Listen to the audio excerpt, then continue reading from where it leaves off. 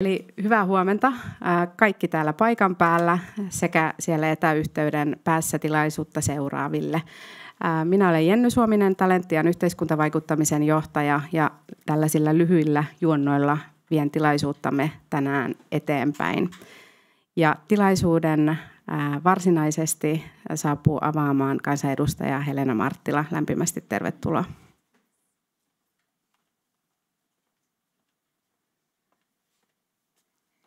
No niin, huomenta vaan kaikille. Kiitos, että olette ottaneet aikaanne striimissä tai täällä paikan päällä ja tulleet tärkeän aiheen äärelle tällaisena sateisena juhannusviikon melkein aamuna. Mä oon tosiaan Marttila Helena SD-ryhmästä täällä ja sen vuoksi ollut tässä apuna järjestelyissä, että siirryin itse tähän tehtävään suoraan lastensuojelun avohuollon sosiaalityöstä ja täällä eduskunnan päässä toimin muun muassa väkivallan vastaisen verkoston varapuheenjohtajana. Ja nyt jo tässä kohti kiitokset tietysti Talentialle järjestelyistä ja meidän asiantuntijoille, jotka täällä on puhumassa. No kuten tiedätte, niin lastensuojelulainsäädäntöä uudistetaan parhaillaan ja kahdessa vaiheessa. Ensin tehdään muutoksia erityisesti sijaishuoltoon. Ja itse asiassa nämä esitykset olisi tarkoitus tulla tänne eduskuntaan jo syksyllä ja ne tulisi voimaan ensi vuoden alusta. Ja toisen vaiheen esitykset on sitten joskus ensi vuoden asia ja niissä tietysti otetaan huomioon sitten nämä ensimmäisen vaiheen kuviot ja siinä sitten kokonaisvaltaisemmin tarkastellaan tätä lainsäädäntöä. Ja itse asiassa näistähän on parhaillaan nyt lausuntokierros käynnissä 16.6. asti, joten kannustan lämpimästi nyt kaikkia menemään vaikka tämän seminaarin jälkeen tai viikonlopun ratoksi sinne lausuntopalvelut.fi ja jättämään sinne kommenttinsa, niin varmistetaan, että meillä kentän ääni tulee sitten toivottavasti kuulluksi tässä Kivitalossa ja ennen kaikkea teidän kauttanne niin myös lasten ääni. Ja mahtavaa saada tänne myös muita kansanedustajia meidän ryhmästä. Nyt Saku Nikkanen paikalla ja tiedän, että on avustajia myös kuulolla ja saadaan viestiä sitä kautta kulkemaan. 4-vuotiaan Milon kuolemasta tuli sunnuntaina tasan 2 vuotta. Ja tällainen järkyttävä pienen lapsen surma tietysti herätti jälleen keskustelua lastensuojelun tilasta Suomessa. Uutisotsikoissa lastensuojelua syytetään usein joko turhista huostaanotoista tai vallan väärinkäytöksistä tai liian järeästä toiminnasta. Toisaalta kun jotain tällaista järkyttävää tapahtuu, niin peräänkuulutetaan, että miksei lastensuojelu toiminut tai tehnyt mitään. Parhaillaan julkisuudessa on puitu Pohjanmaalla kadonneen perheen tilannetta ja senkin yhteydessä lastensuojelun toimintaa. No te tiedätte, että lastensuojelussa työskennellään elämän kipeiden kysymysten äärellä ja eettisten ja moraalisten kysymysten parissa. Jokaisen lapsen, nuoren tai perheen yksilöllisen tilanteen kirjaaminen lakiin on tietysti sula mahdottomuus, mutta uudistustarve laille on ilmeinen. Lainsäädäntöä uudistetaan aina ajassa ja tänään tänne ajaessa huomasin pohtivani, että minkälainen on tämä ajan henki, joka tulee luomaan sen pohjan myös tälle uudistustyölle ja sävyttämään sitä. No, lastensuojelu heijastaa aina laajemmin yhteiskunnan tilaa. Lastensuojelun odotetaan ratkovan kouluväkivaltaa, jengiytymistä, koulupudokkuutta, paikkaavan kenties neuropsykiatrisesti oireilevien palveluverkon aukkoja ja psykiatrian ruuhkautunutta tilannetta. Valitettavasti terveyspalvelujen hoitojonoja vähemmän puhutaan siitä, että myös lastensuojelun tai suojelun tarpeessa olevat lapset joutuu tällä hetkellä jonottamaan ja asiakkuuden rima on resurssipulan vuoksi nostettu. Me tiedetään monien hyvinvointialueiden tilanne tällä hetkellä ja lastensuojelusta säästetään niin, ettei ulkopuolisia kilpailutettuja palveluja enää saa ostaa. Tilauksia ja sopimuksia esimerkiksi tehostetussa perhetyössä ja tukiperheiden osalta on täytynyt perua ja päättää lyhyellä varoitusajalla. Se tietysti tarkoittaa, että lastensuojelun lainsäädännön ohella niin resurssit asettaa myös raamit tälle toiminnalle. Ja millainen olisi lainsäädäntö, joka takaisi lapselle oikeuden tarvitsemaansa palveluun oikea-aikaisesti ja varhaisessa vaiheessa? Lastensuojelun kustannuksista 3/4 muodostuu sijaishuollosta ja on kuullut, että 4,5 kuukauden erityistason tai EHO-jakso maksaa yhteiskunnalle samansuuruisen summan kuin varhaisempi tuki jopa 12 vuoden ajalta. Sijaishuollon osuuden väheneminen ja avohuollon palvelujen laajemmalla käytöllä ei ole valitettavasti toteutunut, vaikka se oli tietysti selvästi se tahtotila myös tällä nykyisellä lastensuojelulailla. Ja päinvastoin sijaishuollon asiakasmäärät ja kustannukset on jatkuvasti kasvaneet ja voi ajatella, että yhteiskunnan suojelutehtävässä ollaan silloin jollain tavalla epäonnistuttu. No ajattelen, että on, tai ehkä kysyn, että onko ongelmallista, että varhaisen tuen ja lastensuojelun avohuollon tukitoimet perustuu niin paljon vapaaehtoisuuteen ja perheiden ehkä joskus näennäiseenkin sitoutumiseen.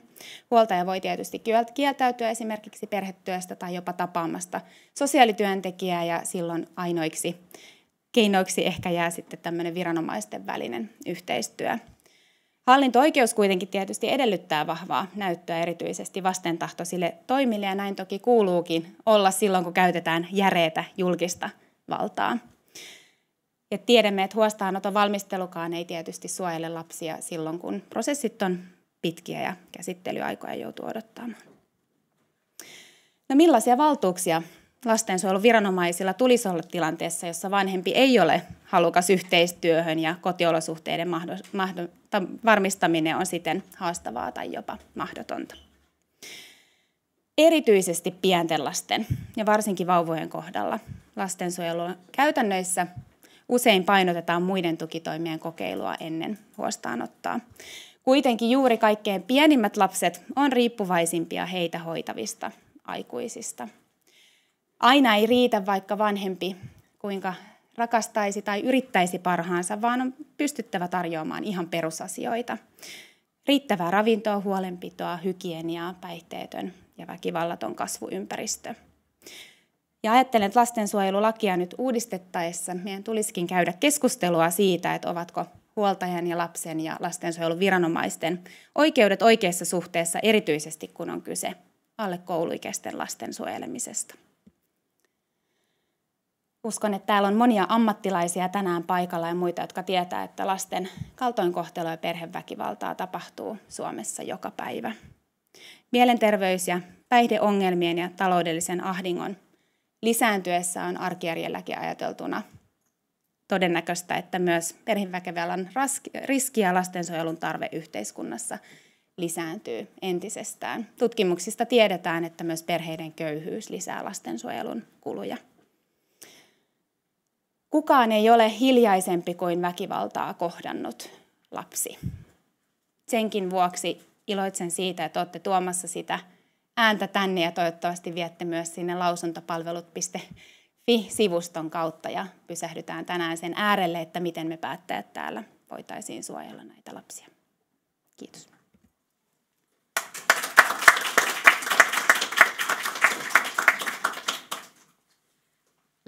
Lämmin kiitos Helena avaussanoista.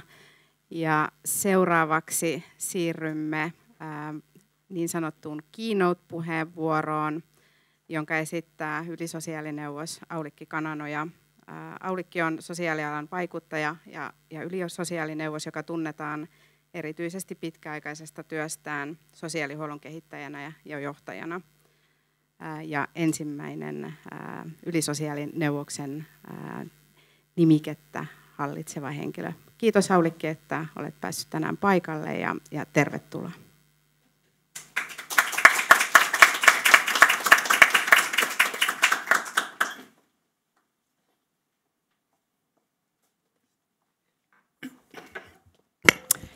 Joo, kiitos kutsusta ja tämä on todella tärkeä tilaisuus. Just tuossa muistelin entisen työkaverin kanssa, että 63 menin Pelastakaa lapset ry:n lastensuojelutyöntekijäksi ihan opiskelun loppuvaiheessa ja en kyllä osannut oikeastaan mitään. Että kyllä hirveän avuton olin. Ja tämä on minusta aika tärkeä sanoa ääneen, jotta ei niin kuin ammattikunta aja itsensä nurkkaan luomalla niin kuin liian helppoja kuvia siitä, että miten apu tulee. Mutta mä yritän tässä nyt käydä nämä 5 teemaa läpi ja nämä on syntynyt oikeastaan semmoisessa yleisessä alan keskustelussa, että melkein aina kun lastensuojelusta ruvetaan puhumaan, niin aletaan ennaltaehkäisystä ja niin avaajakin tässä aloitti, kiitos siitä. Ja toiseksi sitten, kun ollaan lainsäädännön uudistusvaiheessa, niin on puhuttava myöskin rakenteista. Ei pysty välttämään ihan sitäkään kysymystä. Ja se on nyt todella tärkeä kysymys silloin, jos me halutaan ihan oikeasti myöskin ennaltaehkäistä niin kuin niitä ongelmia ja vaikeuksia, jotka johtaa sitten lastensuojelun toimenpiteisiin tai prosessiin. Meillä on uusi rakenne. Mä sanon ihan suoraan, että kiitos siitä. Tämä uusi rakenne kyllä antaa nyt niin kuin parempia välineitä siihen, että me pystytään jäsentämään sitä sisältöä vähän toisella tavalla kuin mitä ennen on ollut, että kaikki, jossa on sanottu lapsi tai perhe, on ilmoitettu lastensuojeluun. Ja koska sosiaalihuollon yleisessä sisällössä ei ole ymmärretty, että pitäisi tehdä myöskin silloin perheiden kanssa työtä, kun ei ole vielä tarvetta lastensuojeluun. Ja sitten toinen asia, että oikeastaan niin kuin 4. monesko tämä on, osaankohan mä laskea enää oikein. 4. asia on se, että me ollaan oikeastaan niin kuin vailla kompassia, kun meiltä puuttuu tämä lastensuojelutoiminnan seuranta ja arviointi. Me voidaan olla niin kuin vailla kompassia sen lapsen ja nuoren ja perheenkin kanssa, jos ei pitkäjänteisesti katsota sitä, että missä lastensuojelun asiakkaat aikuisena tai nuoressa aikuisiassa on. Onko ne koulussa, onko ne työssä, onko ne vankilassa, onko ne niin kuin kadonnut niin kuin, kokonaan kartalta. Ja sitten tämä etenemistapa on aika tärkeää, jos terveydenhuollossa tehtäisiin yhtä vähän lääkkeiden testausta ja leikkaustoimenpiteiden kokeilua kuin mitä tehdään sosiaalihuollossa ja lastensuojelussa ilman, että kun ruvetaan lainsäädäntöä panemaan toimeen, niin sinne mennään niin kuin usein valitettavasti ilman sitä vaihetta, jossa pitäisi ihan käytännössä testata, että miten tämä uudistus toimii. Se vie aikaa, mutta se voi koitua lasten ja perheiden hyväksi. No tässä alkuun tässä menee vähän pidempi aika siinä, kun mä puhun tätä, miten ymmärrän tämän ehkäisevän lastensuojelun ja se johtuu siitä, että se on niin tärkeä asia, sitä puhutaan paljon, mutta sitä on hirveän vähän jäsennetty sosiaalihuollon piirissä, että mitä se tai sosiaalipalvelujen piirissä. Ja tässä on nyt 2 näkökulmaa tähän asiaan, voi olla jollakin enemmänkin, mutta on eri asia, jos me puhumme lastensuojelun ehkäisevästä työstä, joka ehkäisee lastensuojelun tarvetta. Toisin sanoen toimitaan vaiheessa, jolloin ei vielä olla lastensuojelun piirissä. Ja sitten toinen asia, että lastensuojelu itsessään, jos se onnistuu, niin voi ehkäistä niin kuin myöhempien vaikeuksien syntymistä tai pidentymistä tai kärjistymistä. Ja mä käsittelen nyt vain tätä ensimmäistä pallukkaa tässä. Mä en käsittele tätä lastensuojelun ehkäisevää funktiota, vaan sitä, että mitä pitäisi tehdä ennen kuin tarvitaan lastensuojelua. Nämä on nyt semmoisia niin kuin kokemuksen perusteella syntyneitä määrittelyjä, että mä en ole nyt käynyt niin kuin tutkimuskirjallisuutta läpi, että miten siellä ihan hienosti määritellään, mutta olen kuitenkin niin kuin monta kertaa näitä esittänyt, eikä kukaan ole sanonut, että näin ei voi sanoa. Eli mä näen, että ehkäisevän työn tarkoituksena on lapsen ja nuoren hyvän kasvun edellytysten, sen maaperän niin kuin muokkaaminen, jossa lapsi kasvaa. ja niiden turvaaminen ja myöskin vanhemmuuden vahvistaminen siten, että lastensuojelun toimiin ei tarvitsisi ryhtyä. Ja se on, niin kuin se, siis on paradoksaalista, jos lapsen pitää olla lastensuojelun piirissä, jotta hänen vaikeuksiaan voitaisiin ehkäistä. Se on mun mielestä vähän niin kuin omituinen asia, että hei, pitää päästä lastensuojelun piiriin, että voitaisiin lastensuojelun tarvetta ehkäistä. Että tässä on niin kuin iso lainsäätäjän juttu, että miten tämä nyt sitten rakennetaan niin, että ei määrittelyt tule semmoisiksi, jotka ehkäisee ehkäisyä. Että se on niin kuin hirveän tärkeä. Ja tämä niin kuin perustietohan on semmoinen, joka nyt niin kuin alan asiantuntijat on jo vuosikymmeniä sanonut, että hyvän kasvun kivijalka luodaan varhaisina vuosina. Se, mitä siellä tapahtuu, ja sen takia mäkin keskityn tässä ehkä niin kuin enemmän pieniin lapsiin kuin sitten niihin murrosikäisiin, jotka on jo elänyt yhden elämänvaiheen ja todella suurissa vaikeuksissa. Mutta niidenkin lasten kohdalla tai nuorten kohdalla, joiden elämä kulkee ihan väärään suuntaan, niin nämä varhaiset vuodet olisi ollut ne, jolloin olisi pitänyt nähdä, että jotain pitää tehdä. Mutta se ei ole tietysti kovin helppo tehtävä. Ja tätä hyvää kasvua, jota nyt niin kun, tuetaan, niin se on tärkeää, että siinä syntyy ei vain toimenpiteitä, vaan lapselle, nuorelle kokemuksia. Se on hyvien kokemusten tuottamista. Meidän virallinen palvelujärjestelmä tietysti puhuu palveluista ja toimenpiteistä, mutta se, mitä lapsen elämässä pitää tapahtua, niin se on se pääasia, johon näillä niin kuin tempuilla ja hyvällä osaamisella pyritään.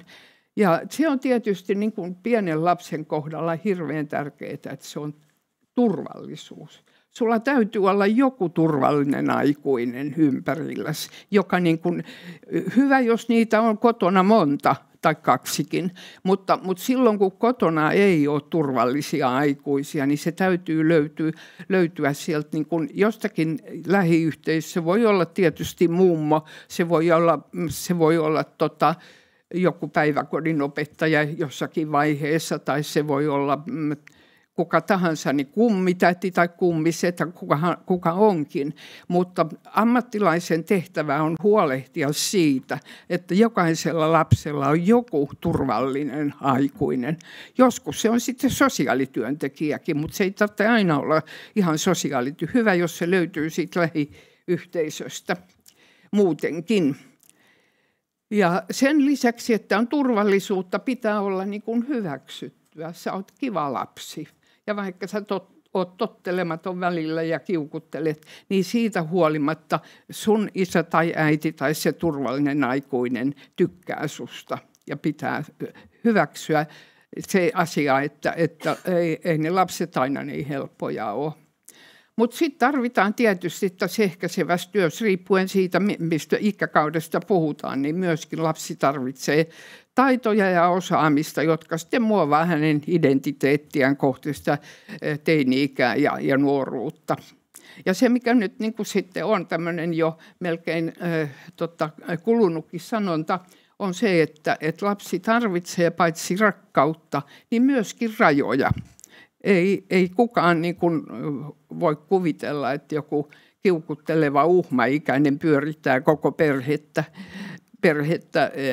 Kyllä täytyy lapsella rajatkin olla.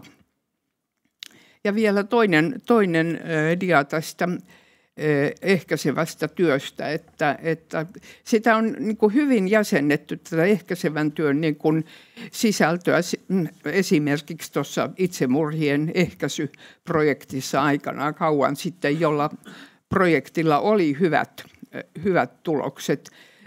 Ne jakaa ne vaikuttavat asiat toisaalta riskitekijöihin, mitä siellä on, altistaviin tekijöihin ja sitten suojaaviin tekijöihin. Eli täytyy olla myöskin suojaavia tekijöitä ja näiden analyysi on sitä, näiden 3 tekijän analyysi on sitä ehkäisevän työn niin kuin kauraa, mitä tarvitaan.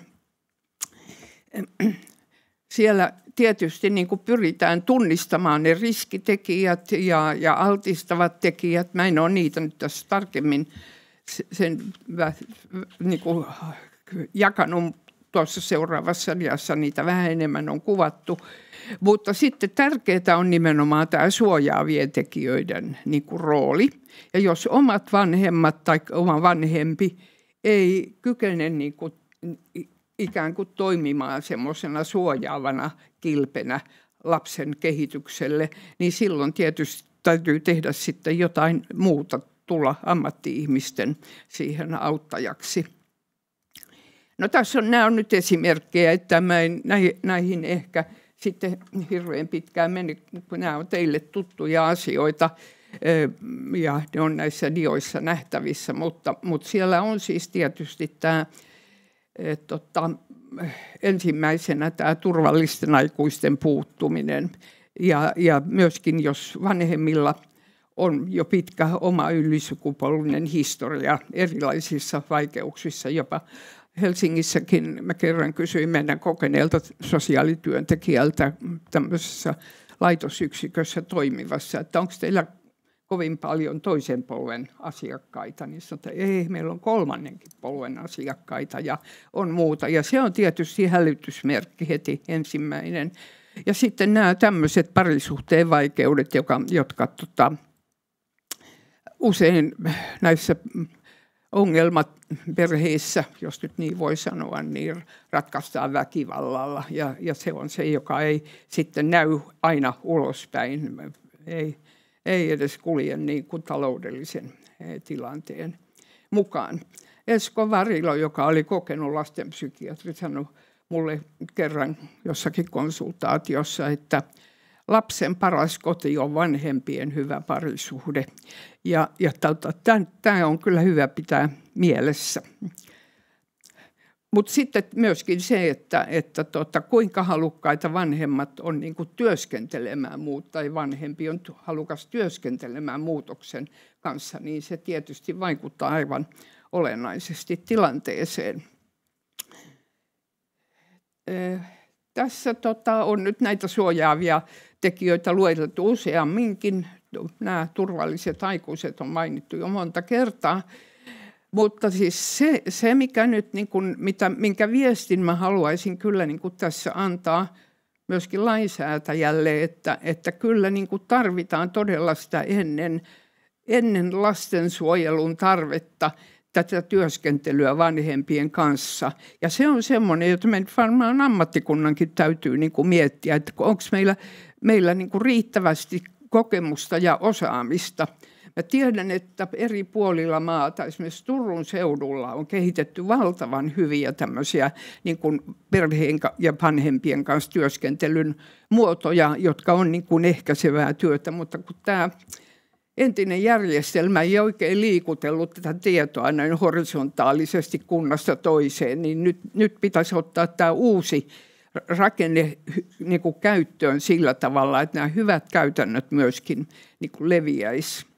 Mutta kyllä keskeistä on se myöskin, että millä tavalla niin kun syntyy se yhteistyö vanhempien kanssa, että jos vanhemmat eivät ehkä niin kuin juuri sen huostaanoton pelosta niin kuin halua tehdä yhteistyötä, tai jos heillä ei ole edellytyksiä niin kuin tavallaan siihen niin kuin semmoiseen tiiviimpään yhteistyöhön, niin se on tietysti hirveän olennainen asia, jos sosiaalityö tai sosiaalialan ammattilainen kuka tahansa niin kuin ei saa niin kuin sellaista yhteyttä vanhempiin, että tämmöinen pitkäjänteinen työ onnistuisi, niin silloin kyllä täytyy miettiä, ei lapsi voi odottaa sitä, että koska tämä vanhemman pitkä päihderiippuvuus päättyy, tai koska se väkivaltainen perhetilanne niin kuin rauhoittuu. Että sellaista, että aina sit otetaan kiireellisesti huostaan ja sitten palautetaan kotiin, niin sitä kyllä täytyy välttää. Että ensimmäinen kiireellinen huostaanotto on jo niin kuin valtava hälytysmerkki siihen, että asiat ei ole kunnossa. Ja sitten on tietysti tämä, kuinka tämä palveluorganisaatio toimii, että jos siellä niin kuin on, niin kuin tänä päivänä sanotaan, paljon vaihtuvuutta ja paljon niin kuin lyhyitä niin kuin asiakassuhteita, niin se myöskin niin kuin altistaa sitten sille huonommalle etenemiselle. No niin, nyt sitten tullaan tähän lakipuoleen paljon tarkemmin. Tässä on varmaan käynyt jo selväksi se, että tämä mun ymmärrykseni lastensuojelun tarvetta ehkäisevästä toiminnasta on se, että se pitäisi tapahtua lastensuojelun ulkopuolella. Ja silloin niin kuin kysymys, siellä on maailman paras äitiys- ja lastenneuvola, jossa vanhemmat melkein niin kuin 100% käy useamman vuoden ajan, näkee niin kuin varmasti enemmän kuin mitä pelkästään sen pituuden ja painon. Että miten syntyy se yhteistyö. Ja nyt tämä perhekeskusten niin kuin kehittyminen ja laajeneminen, niin se on yksi semmoinen toivoa herättävä. Että toivoisi, että ne jotenkin nähtäisiin myöskin ihan tämän niin kuin koko ehkäisevän työn keskeisenä asiana, koska siellä on mahdollisuus pieniin lapsiin, siellä on mahdollisuus ylisektoriseen yhteistyöhön, jossa terveydenhuollon, sosiaalihuollon, kasvatuksen ammattilaiset pystyy niin kuin osaamisensa yhdistämään niin, että kuka heistä pystyy sen vanhemman kanssa parhaiten tekemään työtä ja mitä konsultatiivista tukea siihen tarvitsee, niin se on hirveän tärkeää. Ja myöskin nämä päihde- ja mielenterveyssektorit niin on olennaisia tässä. Ja nyt mä kysynkin, että tulisiko lastensuojelulain uudistamisen yhteydessä tarkastella ja mahdollisesti uudistaa myös näiden muiden toimintojen lainsäädäntöä ennaltaehkäisevän työn toteuttajina. Nyt mä tiedän käytännössä sen, että se tulee ehkä enemmän esiin siellä murrosiässä, että terveydenhuollon, psykiatrian alan ihmiset ja muut niin sanoo, että heille ei ole aikaa ja ei se kuulu heille, se on sosiaalihuollon asia. Jos ei lainsäädännössä ole mitään niin kuin tähän viittaavaa mainintaa, jos ei ole budjetoitu rahaa tähän yhteistyöhön, niin se on aika mahdotonta sosiaalialan ihmisten vaatia, että hei, teidän pitää nyt käyttää aikaanne tähän. Että se on perusteltu vaatimus, mutta se on aika mahdoton, jos toinen toimija ei ole varautunut siihen. Ja sen takia tämä on niin kuin hirveän tärkeää, että onko näiden muiden alojen lainsäädännössä vaikka minkälainen niin kuin maininta siitä, että myöskin tähän tehtävään on oltava niin kuin voimavaroja ja halua. Tai että se ei saa riippua halusta, vaan siihen pitää olla velvoite.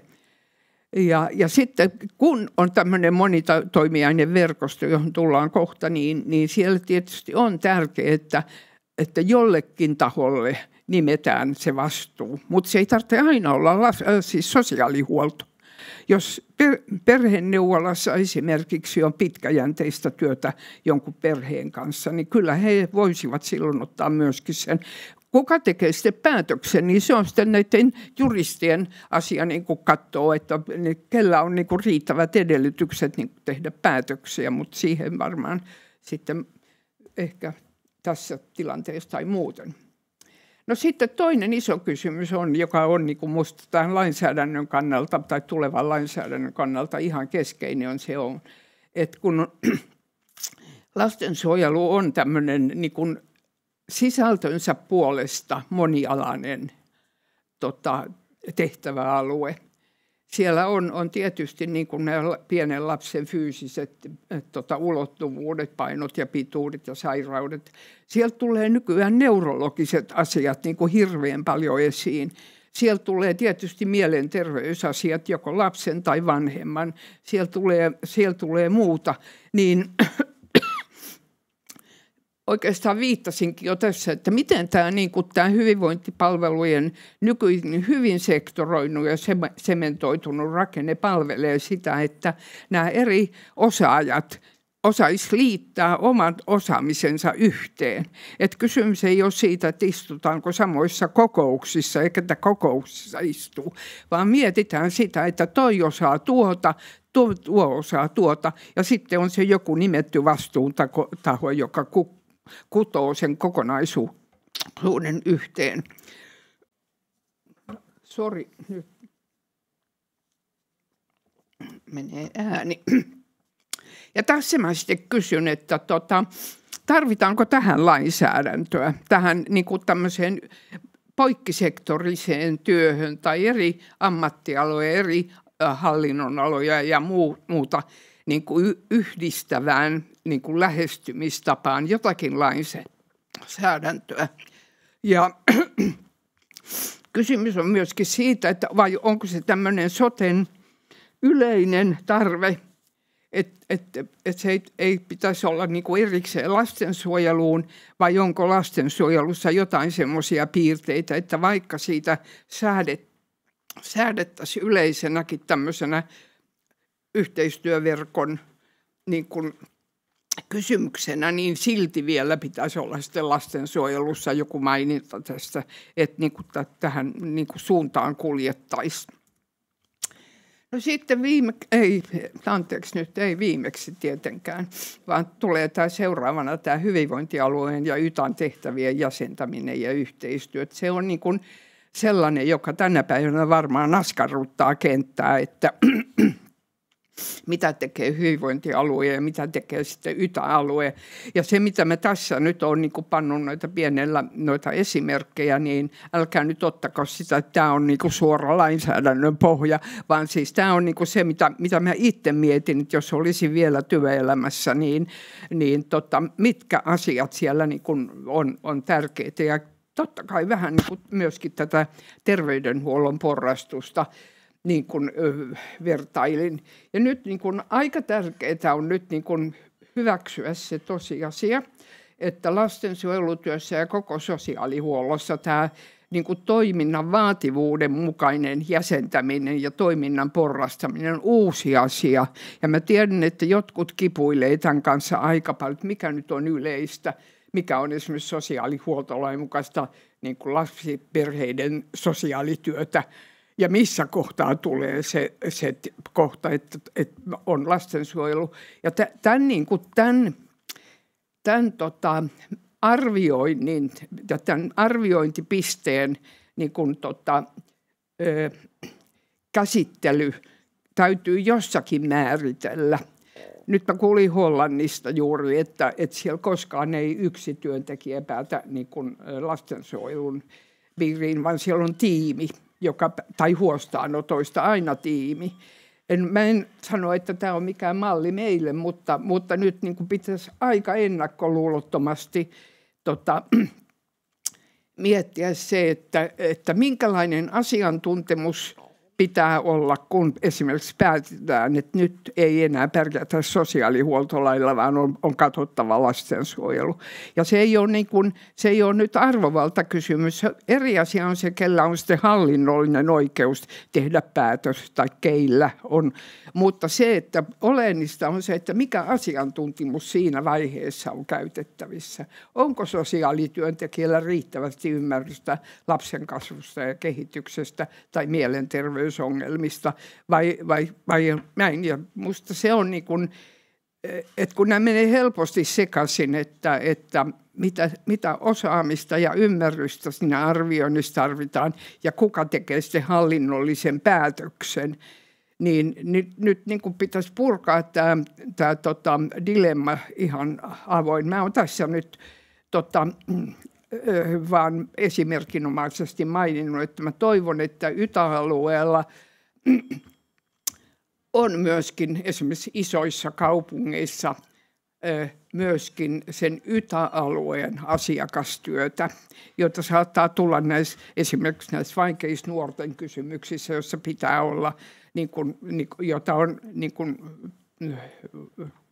toki on paljon, mutta sitten on myöskin näitä ryhmiä, joissa tulee neurologiset ja mielenterveys ja sosiaaliset ja vanhempien ongelmat niin kuin sotkuseen kokonaisuuteen, että siellä ei niin kuin ihan tavallinen koulusta päässyt sosiaalityöntekijä aina pärjää. Pitäisi olla YTA-alueelta myöskin tätä hyvinvointialueelle tulevaa konsultaatio- ja ohjaustoimintaa, koska siellä nähdään useamman hyvinvointialueen tilanne ja siellä nähdään, että mitkä ongelmat alkaa niin kuin määrällisesti kasvaa tai mitkä ongelmat on niin harvinaisia, että millään pienemmällä väestöpohjalla ei pärjätä. Ja sitten on tämä lastensuojelutyön seuranta ja arviointi, tutkimus- ja kehittämistyö. Tämä on nyt tämä mun unelmani, tämä yliopistollinen sosiaalikeskus, että se on niin kuin elänyt suurin piirtein 30 vuotta tai 40 vuotta, että se kuuluu näihin sinisiin ajatuksiin, mutta toivottavasti realisoituu joskus, että rakenne olisi nyt erinomainen siihen. Ja sitten tämä iso kysymys, että pitäisikö niin kuin ostopalvelutoiminta lastensuojelussa keskittää YTA-alueelle, joka palvelisi sitten koko kaikkia hyvinvointialueita. Siellä kun valiteltiin kuntia, että ne ei osaa ostaa, niin nyt niin kuin meillä on suurempi väestöpohja ja siellä on suurempaa osaamista ja nähdään myöskin useamman hyvinvointialueen tilannetta, että ostopalvelujen tarpeen määrittely, sisällön määrittely, minkälaista ostopalvelua tarvitaan, pitääkö jossakin olla neurologista erityisosaamista, jotain muuta, sopimusten tekeminen, niin onko se jokaisella hyvinvointialueella vai sitten YTA-alueella, se on iso kysymys ja sitä pitää miettiä. No tässäkin mä mietin sitä, että onko tämä hyvinvointialueen YTA-alueen yhteistyö niin kuin lastensuojelun laajempi kysymys, eli niin kuin pitäisikö se olla niin kuin koko sote-lainsäädäntöä koskeva kysymys. Ja tässä taas, että onko kuitenkin lastensuojelussa joitakin erityispiirteitä, että myöskin lastensuojelulainsäädännössä pitäisi siitä mainita. Pitkäjänteinen seuraaminen, tämä niin kuin keskeinen kokemus, mikä mulla on siitä lyhyestä ajasta, Pelastakaa lapsissa, mutta sitten Helsingin kaupungin niin kuin, vaikka niin kuin tämmöisessä hallinnollisessa positiossa, niin on se, että lastensuojelua ei pitäisi ymmärtää, että se on joku lastensuojelutoimenpide. Se on prosessi, joka voi alkaa sieltä jo äidin raskausaikana ja jatkuu siellä joko sitten nuoressa aikuisiässä siellä jälkihuollon loppuvaiheessa joko hyvin koulutettuna tai työttömänä tai vaikeassa päihdekierteessä tai vankilassa. Ja silloin kun sä teet niin kuin sitä alkuvaiheen työtä, niin kysymys ei ole siitä, että otetaanko nyt kiireellisesti huostaan tai tehdäänkö huostaanottopäätöstä, vaan että niin kuin minkälaista tulevaisuutta tälle lapselle sä oot rakentamassa. Että tästä niin kuin pätee se, jota sosiaalihuollon ja monen muunkin organisaation kehittämisessä käytetään, että kun katedraalia rakentava mies tai ihminen kadulla kulkija kohtasi kiveä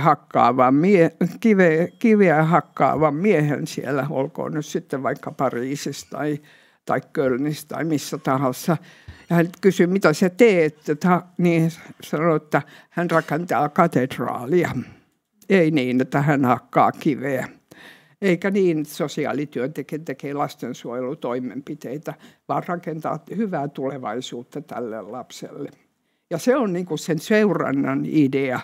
Että niin kuin se ei ole se, mä tiedän, että käytännön tilanteet on vaikeita, mutta kyllä meillä on myöskin semmoinen niin kuin vanha sosiaalihuollon niin kuin, aikaisemman vaiheen niin kuin orientaatio, että sosiaalihuollon tehtävä tai lastensuojelun tehtävä on toteuttaa lainsäädäntöä. Totta kai on lainsäädäntön toteuttaminen, mutta siis se idea, minkä takia koko toiminta on olemassa, on se, että me rakennetaan lapsille tulevaisuutta.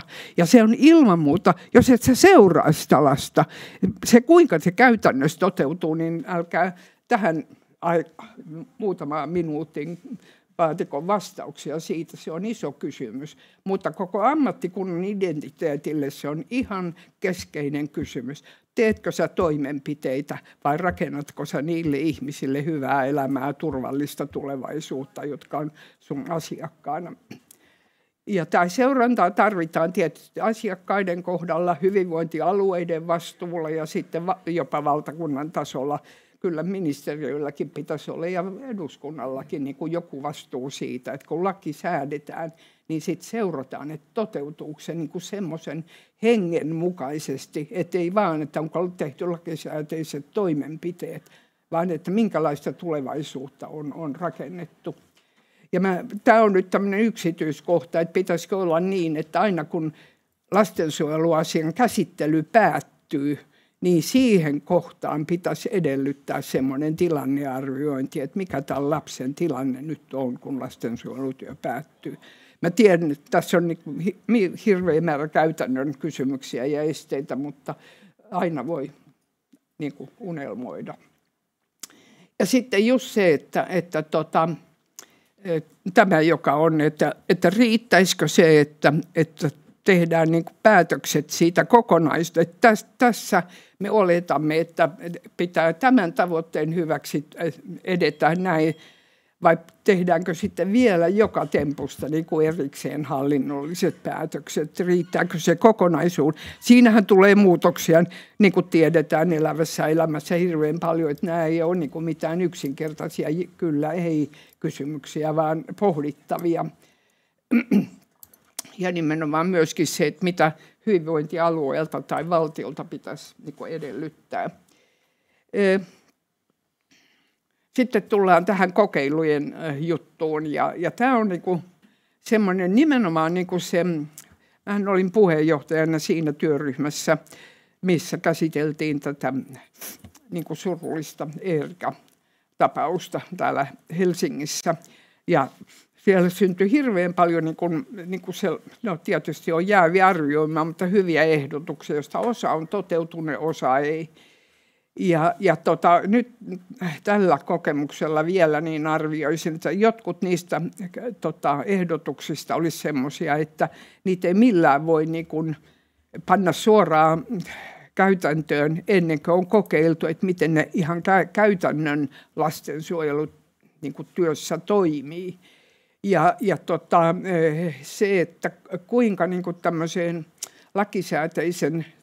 lakisääteisen toiminnan niin kuin vastuuseen sisältyy niin kuin se, että on myöskin tämmöistä kokeilevaa toimintaa ennen kuin lakia tai toimia tai prosesseja sementoidaan lainsäädäntöön, niin se on vaikea kysymys, koska mä olen aikanaan saanut semmoisen vastauksen tähän, että siinä asiakkaat joutuu eriarvoiseen asemaan, että ne kokeiluyksikön asiakkaat saa parempaa palvelua kuin ne vanhan käytännön asiakkaat, mutta ei ne voi olla niin, että me mennään niin kuin kokeilematta semmoisiinkin asioihin, jossa pitäisi ehdottomasti tarkistaa, että onko tämä niin kuin työryhmissä tai missä tahansa muualla tai lainsäädännössä tehty niin kuin, tai lakiehdotuksessa tehty toiminta niin kuin mahdollinen ja miten se niin kuin käytännössä pitäisi ihan organisoida. Että tämä voi olla isompi kysymys kuin mitä mä ymmärrän ja Tapio Räty ehkä, en tarkoita täällä, mutta muualla ehkä pystyy niin kuin sanomaan, että onko tässä joitakin riskejä tässä niin kuin kokeilevassa etenemisessä, joka uhkaa yhdenvertaisuutta. Ja sitten tietysti on niin, että näitä yksiköitä ei voi olla mahdotonta määrää. Et meillä on nyt niin kuin tehty semmoisia, mä oon itsekin ollut tekemässä semmoisia projekteja, se on 10 kokeilupaikkoja. Ei mikään systeemi pysty niin suurta määrää kokeiluja niin kuin pyörittämään. Se vaatisi niin kuin ihan oman armeijansa. Et jos kaikilla hyvin noilla YTA-alueilla olisi, niin kuin sanotaan vaikkapa pari yksikköä, niin se ei olisi vielä mahdotonta. Sen pystyisi niin kuin näilläkin resursseilla, mitä nykyään on käytettävissä, niin ehkä hallitsemaan. Mutta tämä on enemmän kysymys siitä, että ymmärretäänkö näiden käytännön testauksien todella tärkeä merkitys tässä uudistustyössä. Ja nimenomaan se, että onko tämä semmoinen rakenteellinen tekijä, joka pitäisi sitten tuolla lainsäädännössä ottaa huomioon. No mä en ole tätä lainsäädännön tasokysymystä ollenkaan, kun en ole juristi, niin en tiedä, että mitkä niin kuin asiat pitää olla laissa ja mitkä on sitten semmoisia, jotka on viisaampi siirtää niin kuin asetuksiin, koska jos jokainen niin kuin pienikin muutos lastensuojelun käytännön toiminnassa pitää kuljettaa eduskunnan kautta, niin se tekee hirveän hankalan tästä toiminnasta. Et kun asetustie on kuitenkin sujuvampi tie, vaikka sen arvovalta on tietysti niin kuin vähempi, niin se on kuitenkin niin kuin mietittävä, että me eletään nyt tänä päivänä niin valtavaa muutosten aikaa, että jos me niin kuin kovin suuren määrän käytännön asioita viedään lakitasolle, niin minä en enää sitten niitä koskaan näekään. Että kyllä niin kuin on realistista ajatella, että osa näistä, mitä mäkin olen tässä käsitellyt, ei ehkä ole aina lakitason asioita, vaan ne voisi toteutua myöskin asetustasolla. Mutta nyt on aika sanoa kiitos. Kiitos, kun kuuntelitte.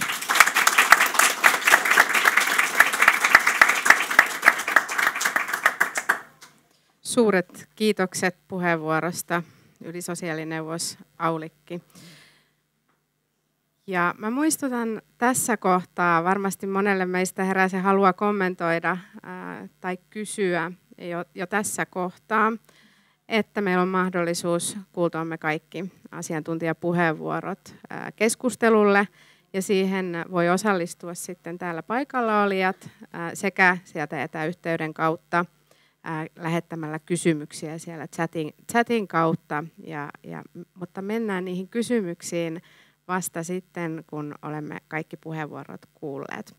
Ja seuraavaksi meille tulee puhumaan Sami Isoniemi, joka esittää tällaisen kommenttipuheenvuoron. Hän on hallintotieteiden tohtori Vaasan yliopistosta ja työskentelee rikostarkastajana Helsingin poliisilaitoksella. Isoniemellä on pitkään toiminut lastensuojelun kokemusasiantuntijana ja ollut kehittämässä ja jalkauttamassa lastensuojelun osallisuusnäkökulmaa muun muassa Pesäpuu ry:n toiminnassa. Tervetuloa, Sami.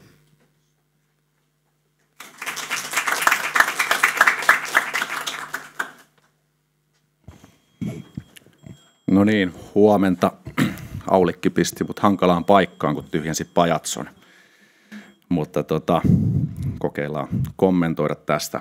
Mulla ja Aulikilla on pitkä lastensuojeluhistoria, mutta myös pitkä yhteinen historia. Aulikki siinä sivussa toimiva lastensuojelutyöryhmää 2012-2013, eli Vilja Eerika työryhmää ja Milon työryhmä tässä myötä. Milon tapaus tässä myös mainittiin, joka pistää osittain miettimään, että mitä kaikkea ollaan opittu sieltä 12-13 työryhmän tuloksista ja mitkä asiat on jäänyt tekemättä. Ja itse olin tuomassa sinne lastensuojelun kokemusasiantuntijuuden ääntä. Ja Aulikki puhui pitkälti lapsuudesta, varhaiskasvatuksesta. Mä keskityn sitten vähän vanhempiin lapsiin, nuoriin ja sitten myös hatkoihin, joihin on jollain tasolla perehtynyt. Noin 12 000 hatkaa on käsipelillä käynyt läpi. Ja mun omat sijaisvanhemmat, sitten perhekotiyrittäjät eläköity vuosi sitten, niin mä en enää moneltakaan osin hengitä lastensuojelumaailmaa päivittäin, mutta viikoittain suurin piirtein Tapio Radyn kanssa, joka juuri kohteliaasti poistui. Hän siitä mulle mainitsi, pitää kuitata. Niin käytiin aikanaan kiertämässä oikeusasiamiehen kanssa lastensuojelulaitoksia läpi siten, että olin kokemusasiantuntijana mukana ja saatiin todella paljon arvokasta kärkitietoa lastensuojelukentältä. Me tehtiin jotain tosi vallankumouksellista ja kokemusasiantuntijuus on asia, joka on aina tilastotietoa ja tiedettä edellä. Ja silloin puhutti hatkat, päihteet ja se, että voi kumpa joku olisi nähnyt tämän perheen tilanteen jo aiemmin. Ja tällä hetkellä ollaan samassa tilanteessa. Pitkälti tämänhetkinen lakiuudistus on hatkauudistus, rajoitusuudistus. Ja tosiaan, kuten totesin, että oma kokemusasiantuntijuus on jäänyt jonkun verran taka-alalle, mutta sitten näistä hatkoista on tullut oma lempilapsi. Ja mielenkiintoista, osin surullista on, että hatkakehitys on vuosien saatossa vain ja ainoastaan heikentynyt. Se on mennyt sitä huonompaan suuntaan aika vauhdilla.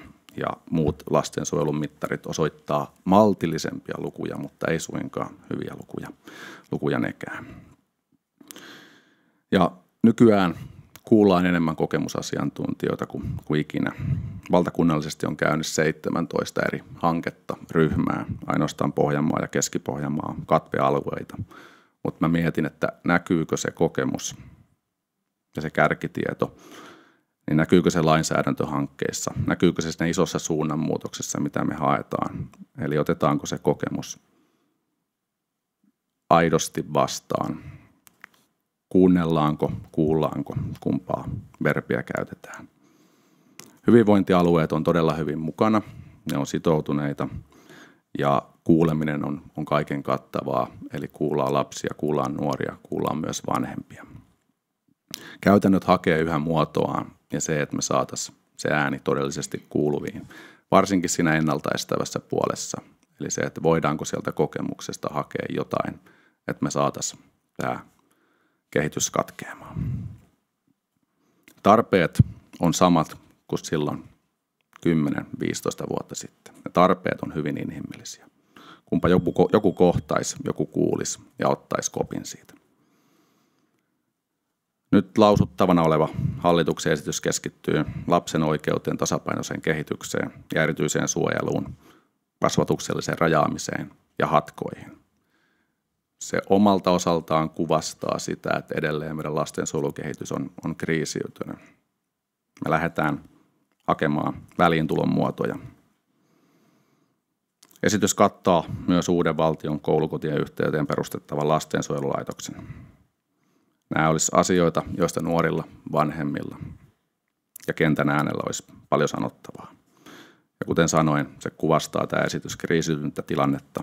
Työkalut on aika vähissä ja uusilla työkaluilla odotetaan tehtävän aika isojakin ihmeitä. Mä itse kuvasin tuossa, käytiin Tapion kanssa puhelemassa toisessa tilaisuudessa viime viikolla, että nämä väliintulon välineet on aika pistemäisiä. Aulikki puhuu yhteistyöstä. Lakiesitys ei keskity millään lailla yhteistyöhön. Mietin, että joudutaanko me tosiaan kirjoittamaan se yhteistyövelvoite jokaiseen lakiin, jokaiseen lakipykälään oikeasti erikseen. Tuossa kaikille jaettavassa Talentia-esityksessä on lastensuojelun kokonaiskustannukset 1230 miljoonaa euroa. Ja mä tein vuosi sitten raportin STM:lle, jossa käytiin läpi vuoden 2020 hatkat, niin sillä rahalla saatiin 100 000 vuorokautta, jolloin ne lapset eivät ole siellä sijaishuoltopaikassa. Eli yli 5 000 hatkaa, yli 100 000 vuorokautta, kun lapset ovat jossain. Ja lakimuutos, lakialoite lähtee edelleen siitä lähtökohdasta, että puhutaan virka-avusta lastensuojeluviranomaiselle. Ja niitä toimenpidearvioita tehdään sitten hyvin erilaisin kriteerein. Siitä, että nämä lapset olisi kadonneita, siitä ei puhuta sanallakaan. Ja nykyisiä uudistustarpeita Ja tätä esitystä selatessa mä palasin siihen vuoteen 2013 ja kaikkiin niihin kohtaamista, mitä silloin tehtiin, ja toimiva lastensuojelu loppuraporttiin. Ja jo tuolloin tosiaan ennaltaestävä työ nähtiin isoksi kiveksi kengässä. Silloin puhuttiin, että lastensuojelulaissa olevat hyvinvoinnin edistämistä ja ehkäisevää työtä koskevat säännökset tulee siirtää lasten ja perheiden peruspalveluja koskeviin lakeihin ja säätää niiden tehtäviksi. Nyt voidaan katsoa, että näin ei ole käynyt. Se periaate on siellä yhä, mutta luvut valitettavasti on osoittamassa toista. Ja laadunhallinnan alle mainittiin, että ehkäisevät ja korjaavat toimenpiteet sekä toiminnan jatkuvan kehittämisen sekä jatkuva ja suunnitelmallinen hyvistä käytännöistä poikkeaminen, ilmeisten virheiden ja ei-toivottujen vaikutusten tunnistaminen ja raportointi tulisi olla viranomaisen tehtävä. Ja nyt me voidaan kaikki olla samaa mieltä, että HATKA on rakenteissa oleva ongelma. Tuosta Tapiolle just äsken sanoin, että joudutaanko lastensuojelulakiin kirjaamaan HATKAn yhteistyövelvoitteista, koska on ihan selkeä, että tämä asia täytyy saada muuttumaan. Huostassa tai kirjallisesti sijoitettuna olevien lukumäärä on vuodesta 2013 kasvanut ja suhteellinen osuus ikäluokasta ei ole laskenut. Ja tosiaan vuosi 2013 on sattumoisin se ensimmäinen vuosi, minkä HATKoja mä oon tarkastellut. Myös vuotta 2014 ja 2020 oon tarkastellut. Ja vuoden 2013-2014 noin 14 vuorokauden keskipituudesta HATKasta, niin vuoteen 2020 yhden HATKan keskipituus on 19 vuorokautta. Se ei ole mediaani, eli silti noin kolmannes päättyy samana vuorokautena tai seuraavana vuorokautena, mutta 1/3 kestää yli viikon. Pisimmät kestää satoja päiviä. Ja hatkaaminen alkaa nuorempana ja nuorempana. Eli jo noin 11-vuotiaat hatkailee. Ja se, mikä tässä on muuttunut välissä, mikä ei ehkä näy tuolla lain hengessä eikä siitä, mistä ollaan säätämässä. Päihde- ja rikostilanne on muuttunut huomattavasti. Lastensuojelun asiakkuus on paljon kompleksisempi kuin se oli silloin, kun me Aulikin kanssa näitä asioita jumpattiin. Meillä on lastensuojelun asiakkaita, joita kukaan ei halua. Siellä on vakavia päihdeongelmia, siellä on väkivaltahistoriaa, siellä on nepsyhaasteita ja se on todella, todella iso haaste. Me korjataan jotain sellaista, jonka ennaltaestäminen olisi mennyt aloittaa jo aikaa sitten. Mutta samanaikaisesti ollaan menty todella paljon eteenpäin. Nuoriin kohdistuvat asenteet on kautta linjan muuttunut. Jokainen toimija poikkileikkaavasti ymmärtää tilanteita paremmin. Traumatietoisuus on lisääntynyt ja erityisesti lastensuojelualalla vallitsee todella kunnioittava suhtautuminen lapseen. Työtä ja lastensuojelun pieniä ihmeitä tehdään hyvällä asenteella, nuorta kunnioittaa ja arvostaen. Mutta se vaatimustaso, paljonko niitä ihmeitä pitäisi tehdä, niin se valitettavasti kasvaa. Lapsille ja nuorille palvelut, mistä täällä ollaan puhuttu, niin ne on kuitenkin kohtaamisia. Ne on arkea, rakkautta, välittämistä, rajoja, turvallisuutta, perustarpeiden täyttämistä. Missä vaiheessa niitä tarjotaan, oikea-aikaisuus, se, että tullaan kuulluksi, tullaan kohdatuksi. Pieniä juttuja. Mutta kuten sanoin, niin kompleksisempi tilanne kuin ikinä. Ja reagointi, se on tehtävä nyt. Ja kirjoitin tähän, että mitä meiltä puuttuu ja mistähän sen saisi. Ennaltaestävyys, ehkäisevän lastensuojelun toimenpiteet on jo kirjoitettu. Hyvinvoinnin edistäminen löytyy sosiaalihuoltolaista. Ja sitten kun puhutaan hatkoista, niin poliisilakiin on kirjattu poliisin yhteistyövelvoite. Mutta se ymmärrys poikkihallinnollisesti siitä, että pelkästään lastensuojelu ei voi kaikkein vaativimpia tapauksia korjata, niin se meiltä puuttuu. Jos se oli 2013 sellainen tilanne, että yksi kesäloma saattoi tuhota kaiken, niin nykyään peukun ja muiden muuntohuumeiden aikana, niin se on 1 viikonloppu. Onneksi ei ole kesähelteet vielä alkanut, mutta me ollaan todella haastavassa tilanteessa. Hatkojen ennaltaestämistä pystytään tekemään monella tavalla. Kun tullaan sijaishuoltopaikkaan, niin käydään asiat läpi. Kun hatka päättyy, käydään asiat läpi. Ensimmäinen hatka on aina indikaattori jostain.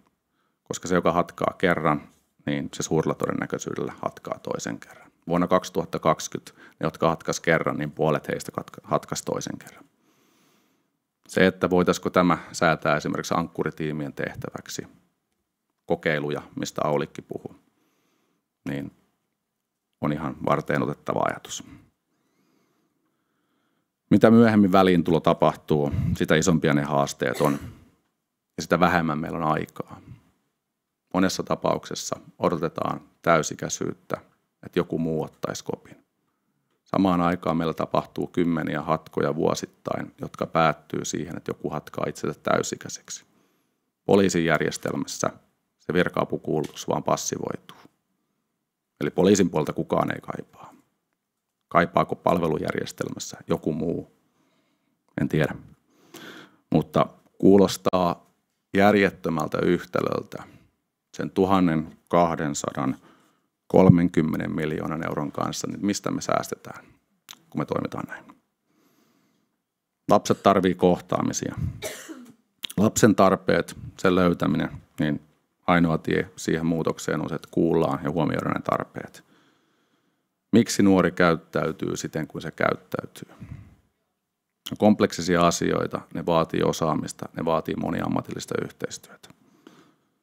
Ja se, että täytyykö välittämisestä erikseen säätää. Enkä tarkoita lastensuojelun sitä jokapäiväistä arkea, vaan sitä, että poikkihallinnollisesti ymmärretään, että mitä se tarkoittaa, esimerkiksi kun lapsi on hatkassa. Yhteistyötä, sitä tarvitaan. Sijaishuollossa on tällä hetkellä paljon hoitamatonta, josta lastensuojelu yksistään ei selviä. Ja saumaton yhteistyö lapsen, nuoren ja sijaishuoltopaikan haasteissa, koska kun mennään esimerkiksi hatkatoimintaan, niin hyvinvointialueilla, sijaishuoltopaikoilla, poliisilla, jollain avilla on tietämys siitä, että mitä tapahtuu ja miten tämä kehitys saataisiin katkaistua. Ja lakimuutoksesta yleisesti, niin Aulikki puhui kokeilusta ja tällä erää tästä esityksestä jää vähän kokeilun maku pistemäisyyden vuoksi. Siellä on hätäpaikannusta, joka säädetään sosiaaliviranomaiselle. Mutta mitä sosiaaliviranomainen tekee hätäpaikannuksen tiedolla? Eli mitä sosiaaliviranomainen tekee hätäpaikannuksen tiedolla, jos ei se poliisi ole siinä käsikädessä? Yhteistyö on avainasemassa. Ja edelleen mennään virka-avuhengessä, eli se, että kadonneen henkilön etsintää, poliisille kuuluvaa tehtävää, niin sitä ei hirveästi pohdita. Jos sitä ei pohdita, niin mikä muuttuu, kun tähän mennessäkään ne yli viikon kestävät poissaolot tai jopa vuoden kestävät poissaolot ei ole kadonneen henkilön etsintää. Edelleen riskiarvio jää keskiöön, eli joudutaan jatkuvasti tekemään yhteistyötä siitä, että miten saataisiin hatkat katkaistua. Turvallisesta paluusta ei ole säädetty. Edelleen hirveän paljon jää sitten yksilöiden vastuulle, että miten tämä asia hoidetaan. Siellä on hyviä juttuja. Virka-avun antaminen sijaisperheelle ja perhekodeille tasapäistää sitä tilannetta siten, että yksityinen palveluntarjoaja pystyy pyytämään apua. Yhtä lailla myös pystytään ottamaan hupusta kiinni, jos joku meinaa hypätä autoon, mutta se, että vastaako se siihen lastensuojelun kovaan ytimeen, eli se mitä tuolla Turuilla ja toreilla tapahtuu, kun ollaan viikkokausia hatkassa, ollaan päihteissä, niin löytyykö sijaishuoltopaikalta osaaminen ja kyky ottaa koppia. Lastensuojelun ongelma on myös se, että sijaishuoltopaikka vaihtuu, eli se, että sä olet viikon hatkassa, niin kuka on silloin se taho, joka ottaa kiinni? Miten lapsi tietää, että hänen sijaishuoltopaikka on vaihtunut, kun seuraavan sijaishuoltopaikan työntekijä tulee sanomaan, että otanpa sut kiinni. Ja sama ajatus. Me ollaan valitettavasti tultu siihen tilanteeseen, että näitä kaikkia työkaluja tarvitaan, mutta myös tämä uusi 20-paikkainen laitos, niin me pystytään Helsingin kaupungin alueelta jokaiseen 20 paikkaan löytää vielä 20 nuorta lisää. Eli kokeillaanko nyt jotain, mutta se, että millä me saadaan tämä kehitys katkaistua. Paljon on vielä tekemistä, mutta toivottavasti me saadaan nämä pienet yhteistyökuviot jo jumpattua kuntoon, niin sillä me saadaan jo paljon aikaiseksi, mutta kuten todettua, niin tarve on suuri. Se on suurempi kuin koskaan. Kiitos.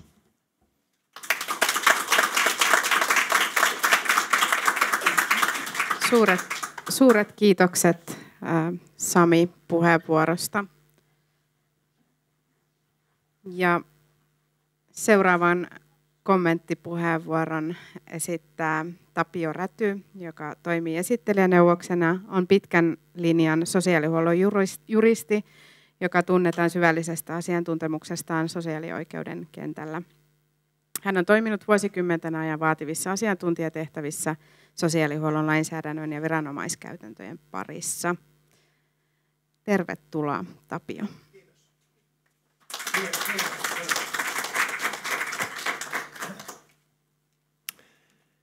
Joo, tervetuloa munkin puolesta. Mulla ei ole dioja. Voitte katsoa naamakuvaa, se näyttää ihan hirveältä tuossa. Mutta mun on ensimmäiseksi sanottava, mä tulin Helsingin sosiaalivirastoon töihin 1985. Ja nyt eletään vuotta 2025. Tämä on mun viimeinen työpäivä. Eli mulla loppuu tähän. Mä jään pitkälle lomalle ja sitten siirryn, nyt tulee paha sana, vuoden vaihteessa vanhuuseläkkeen. Mutta mä meinaan melskata, mulla hommat jatkuu eri areenoilla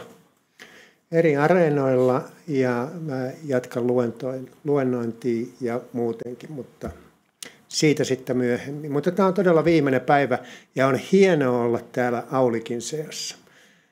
Mä tulin 85, mun on pakko sanoa, kun Aulikki sanoi, että hän tuli 63, niin mä tulin 85 ja tulin tämmöisenä huippujuristina ja tulin sossuun ja huomasin, että mä en osaa mitään. Ja mä oon kaikki oppini saanut Aulikilta ja Helsingin sossun sosiaalityöntekijöiltä ja laitosväeltä. Et kiitos Aulikille ja kiitos kaikille sosiaalityöntekijöille ja sosiaalialan ammattilaisille. Mä en olisi tässä ilman teitä. No, mennään tähän lastensuojelulain uudistukseen. Mä siis meinaan nyt sanoa semmoisia pointseja, mitä siinä kakkosvaiheessa pitää tehdä. Mun mielestä pitää tehdä. Eli mä oon omana itsenäni nyt tässä. Mä en ole esittelijäneuvoksena, enkä puhu oikeusasiamiehen suulla. Mä puhun ikään kuin sillä kokemuksella, mitä mä itse näen tämän tilanteen. Mä en meinaa tätä ykkösvaihetta käydä läpi. Se sisältää, niin kuin Sami sanoi, kasvatuksellisia rajoitustoimenpiteitä, suljettua kuntouttavaa hoitoa, EHO uudistuu ja hatkoja. Se sisältää ihan todella, mä en ole tehnyt sitä lausuntoa nyt meille. Mä ajattelin, että mä teen oman lausunnon, mutta se nyt jää tekemättä. Se sisältää erittäin paljon oikeusturvaan liittyviä ongelmia. Siellä on säännöksissä vakavia puutteita, perusteluissa on ongelmia ja valvontaan liittyy ongelmia. Sen takia mä toivon, että nyt kun mä jään kesälomalle, niin sitten mä pääsen valiokuntaan, sosiaali- ja terveysvaliokuntaan omana itsenäni kuultavaksi. Semmoinen pikku toive. Tässä oli niin hedelmällistä nyt esittää vähän alhaista. Mutta mennään tuohon kakkosvaiheeseen. Eli mun mielestä niin kuin tässä lapussa, Talenttian lapussa täällä toisella puolella lukee, että sosiaaliala on tulevaisuusinvestointi. Ja kun noi sijaishuollon kustannukset kasvaa koko ajan, ne on 1,3 miljardia euroa.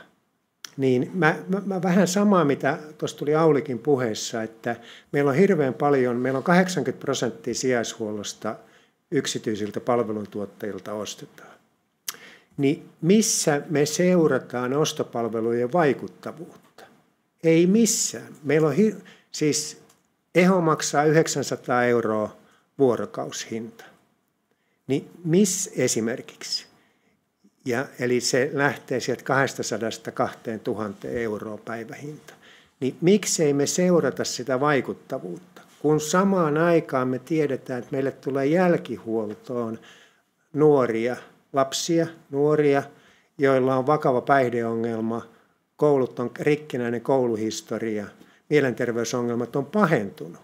Niin ollaanko me saatu sillä rahalla todella sitä? Ja mun mielestä tämä tarkastelu, mä olin jo silloin Hesassa aikoinaan, niin mä ihmettelin, että miksei me seurata sitä vaikuttavuutta. Ja silloin Aulikki jo puhui mun mielestä siitä. Eli tavoitteena pitää lainsäädännössä olla lyhentää sijoitusten määrää ja kestoa. Eli se pitää olla tavoite. Toisena tavoitteena on kehittää ja tehostaa avohuollon ja myös sijaishuollon sisältöä ja niiden vaikuttavuutta. Ja on mietittävä, että miten me järjestetään näitä avohuollon palveluja. Ihan niin kuin Aulikki sanoi, mä allekirjoitan kaikki nuo Aulikin kommentit. Ja mun mielestä se monialainen yhteistyö ja monialainen suunnitelma on avainasemassa. Sitä mä vahventaisin lainsäädännössä. Se on sitä paitsi, se ei maksa mitään. Nyt Orpon hallitus puhuu, että kaikki maksaa. Mä oon kerännyt näitä asioita, jotka ei kyllä, suurin osa ei maksa mitään. Eli monialaisessa yhteistyössä on oleellista, että johto sitoutuu siihen.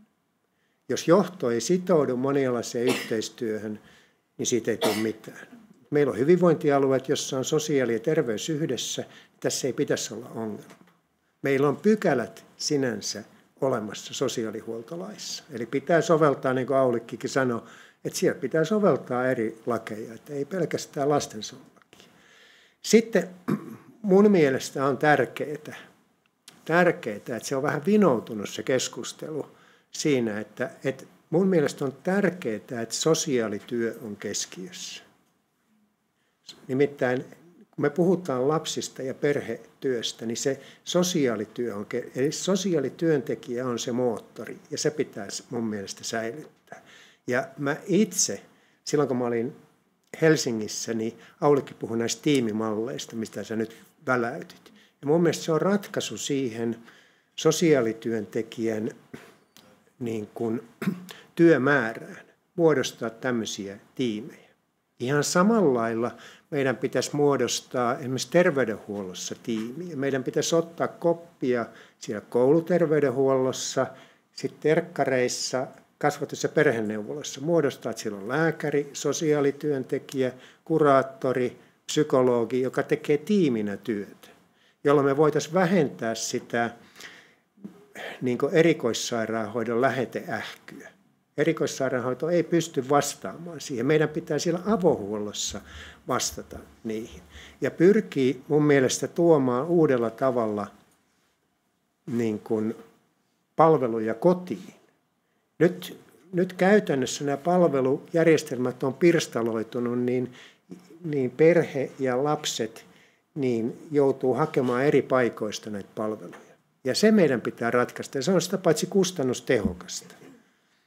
Ja kun tavoitteena on vähentää sijoitusten määrää, mutta myös niiden kestoa, eli siellä alussa vahventaa avohuoltoa, toisaalta lopussa tiivistää sitä perheen jälleenyhdistämistä, joka on lakisääteinen tehtävä, mutta sitä ei käytännössä tehdä niin kuin lainsäätäjä on edellyttänyt.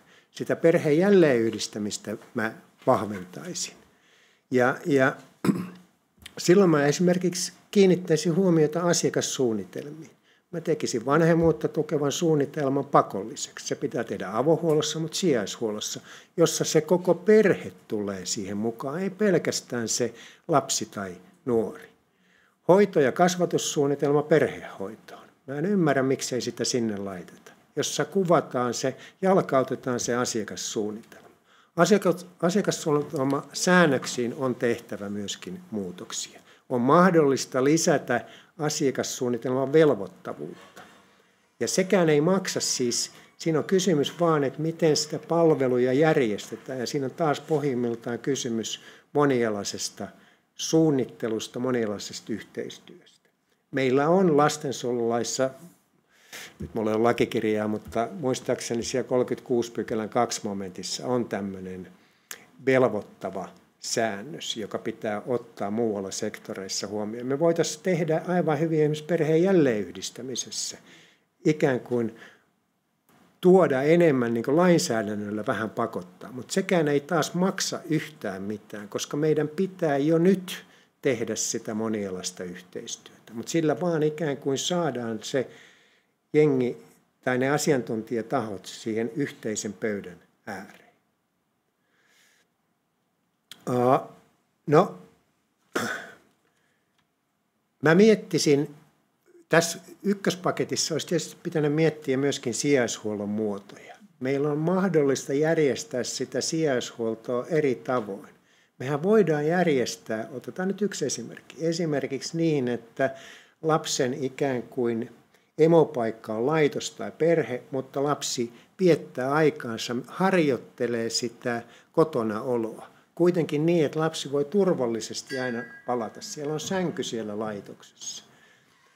Ja silloin me voitaisiin niin kustannuksia taas niin kasvattamatta miettiä, että se laitos ei tarvitse olla sitä välttämättä fyysistä paikkaa, kunhan löytyy se ikään kuin paikka ja ne aikuiset, jotka on tärkeitä, jotka pystyy auttamaan sitä lasta. Niin kuin Aulikin puhui, että lapsille pitää olla semmoinen turvallinen taho, joku turvallinen taho, johon voi tulla vaikka pakoon sieltä omasta kodista.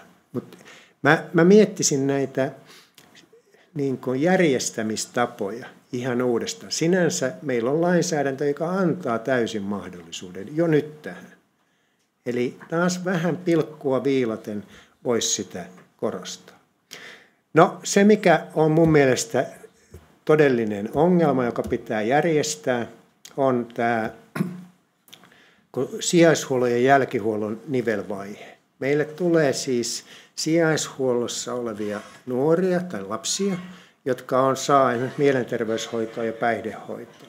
Kun ne täyttää 18 vuotta, siirtyy jälkihuoltoon, niin siellä voikin tulla tämmöinen katkos tässä palvelujen järjestämisestä. Ja ajatellaanpa, jos mä oon sitoutunut päihdehoitoon, siihen katkaisuun, ja se on saatu käyntiin siellä sijaishuollossa, ja siihen tulee kuukauden katkos. Me voidaan menettää kaikki se raha, mitä me ollaan, jos ajatellaan vaan rahaa, eikä tätä inhimillistä puolta. Menettää, koska siellä on kaverit ja muuta, ja sanoo, että otetaan tätä peukkua, tämä on hyvä. Ja niin kuin Sami sanoi, että se on viikonloppu, se on siinä. 10 vuoden tai 5 vuoden työ on mennyt hukkaan. No sitten toi, mikä mulle tuli mieleen, kun Aulikki sanoi, että pitää jo satsata siellä nuoruudessa, lapsuudessa. Ja nyt kun katsoo näitä kiireellisiä sijoituksia, niin niitä kohdistuu niin kuin suhteeton määrä teini-ikäisiin lapsiin. Ja sehän tarkoittaa sitä, että ei ole tehty jotain siellä niin kuin aikaisemmin. Se on jäänyt tekemättä. Siitä on tulossa tämmöinen väikkäri. Maija Haapala tekee sitä väikkäriä ja jutteli hänen kanssaan, niin juuri tästä on kysymys. Ne nuoret sanoo itse, että olisi pitänyt aikaisemmin puuttua, mutta ei ole puututtu. No sitten niin kuin mistä niin kuin Sami puhui osallisuudesta, niin lainsäädännössä kehittäisin valvonnassa ja muutenkin tätä, että lapset ja nuoret mukaan. Siellä lastensuojelulaissa meillä on säännöksiä, jotka takaa sitä osallisuutta, hyvää kohtelua koskeva suunnitelma, sitten rajoitusten jälkiselvittely. Mutta mä niin kuin pyrkisin vahventamaan tätä osallisuutta niin, että vanhempien ja lasten ääni kuuluu. Ihan niin kuin Sami sanoi, että kun me puhutaan nyt tästä suljetusta hoidosta ja hatkoista ja muuta, missä on se nuorten ääni? Missä on kuunneltu heitä? Nyt pitäisi mun mielestä esimerkiksi eduskunnassa, kun tulee syksyllä, niin kuulla näitä niin kuin kokemusasiantuntijoita ihan ehdottomasti. Pesäpuussa on tehty äärettömän hyvä raportti hatkoista. Se kannattaa jokaisen lukea. Suomen pitää varautua myöskin, ja pykälissä pitää varautua monikulttuurisuuteen ja sen haasteisiin. Ja ne pitäisi ottaa huomioon paremmin esimerkiksi sijaishuollon järjestettäessä ja esimerkiksi rajoitustoimenpiteitä tehtäessä. En havainnut, että tässä paketissa olisi huomioitu tätä monikulttuurisuutta, uskonnollisia ja kulttuurisia tapoja. Se pitää ihan ehdottomasti, eli sitä mä korostaisin. Siihen liittyy myöskin kielelliset oikeudet silloin, kun me puhutaan taaperoista, joka on ihan oleellinen asia. Ja siitä mun pitääkin sanoa. Sä sanoit alussa, puhuit hienosti vauvoista ja taaperoista. Ja se on semmoinen musta aukko meillä lastensuojelussa. Me ei oikeastaan tiedetä, miten me mielipidettä selvitetään, eihän vauvat pysty puhumaan. Miten me, mikä on se vanhempien rooli? Nämä vauvat tarvitsevat kuitenkin kiintymyssuhteen. Ja nyt kun mä katson näitä asiakirjoja, niin siellä voi olla, jollakin vauvalla olla 5 eri sijoituspaikkaa lyhyessä ajassa. Ja niin kuin mulle joku sanoi, että tämä on tämmöistä rakenteellista väkivaltaa. Koska se lapsi ei pysty kiinnittymään mihinkään. Se ei pysty osoittamaan tunteita. Siellä vaihtuu aina se tyyppi. Ja sitten mä havaitsin, että näitä vauvoja sijoitetaan myöskin laitoksiin. Laitosväki ei halua ottaa näitä vauvoja, koska he ei osaa. Mutta kun ei ole perheitä. Että laitokset tietysti ottaa, kun ne on pakko ottaa. Esimerkiksi vaikka Hesan omat laitokset. Mutta se ei ole oikea paikka. Meillähän oli aikana, kun mä aloitin 85, niin meillähän oli tämmöisiä vauvaloita tuolla, jossa ne lapset semmoisissa vihreissä kapaloissa siellä hienosti parvekkeella nukku 10 niitä rivissä. Mutta semmoisiahan ei enää ole. Ja tämä ei ole mikään pieni ongelma. THL:n tilaston mukaan, siis yhden päivän tilaston mukaan, 31.12.2023, niin meillä oli 300 vauva- ja taaperoikäistä sijoitettu kodin ulkopuolelle. Ja me ei tiedetä niistä mitään. Mun mielestä lainsäädännössä, että me kohdellaan näitä vauvoja samalla lailla kuin muitakin nuoria. Me tarvittaisiin ihan omat säännökset näihin vauvoihin, ja se maksaa. Ja mun mielestä siihen yhteiskunnalla täytyy olla varaa. Just niin, mitä Aulikki sanoi, se alkuvaihe on se on se kaikki. Siellä luodaan se perusta, vähän se katedraali, että mä rakennan tämän ihmisen tulevaisuutta. En niinkään vaihda vaippoja, vaan nyt rakennetaan. Ja mun mielestä se pitäisi olla semmoinen, joka pitäisi ottaa tähtäimeen ja päämääräksi. No sitten, mitä pitää tehdä ympäröivässä lainsäädännössä? Jos lastensuojelulakia muutettiin, jos me muutettiin näin, me huomataan, että meillä ei ole mennyt hirveästi rahaa näihin muutoksiin. Aika pienellä summalla ollaan selvitty. Mun mielestä siinä on työtavoista, Aulikki toi tämän tiimimallin, johdon sitoutumisesta, vähän voidaan tarkentaa pykäliä. Mun mielestä ne pykäliä pitää tarkentaa ja luoda semmoisia suojasäännöksiä sinne. No, SHL:ssä, jossa on tämä monialainen yhteistyö, monialainen suunnitelma, niin mä vahvistaisin sitä monialaista yhteistyötä. En joka lakiin, vaan vahventaisin sitä sosiaalihuoltolain monialaista yhteistyösäännöstä.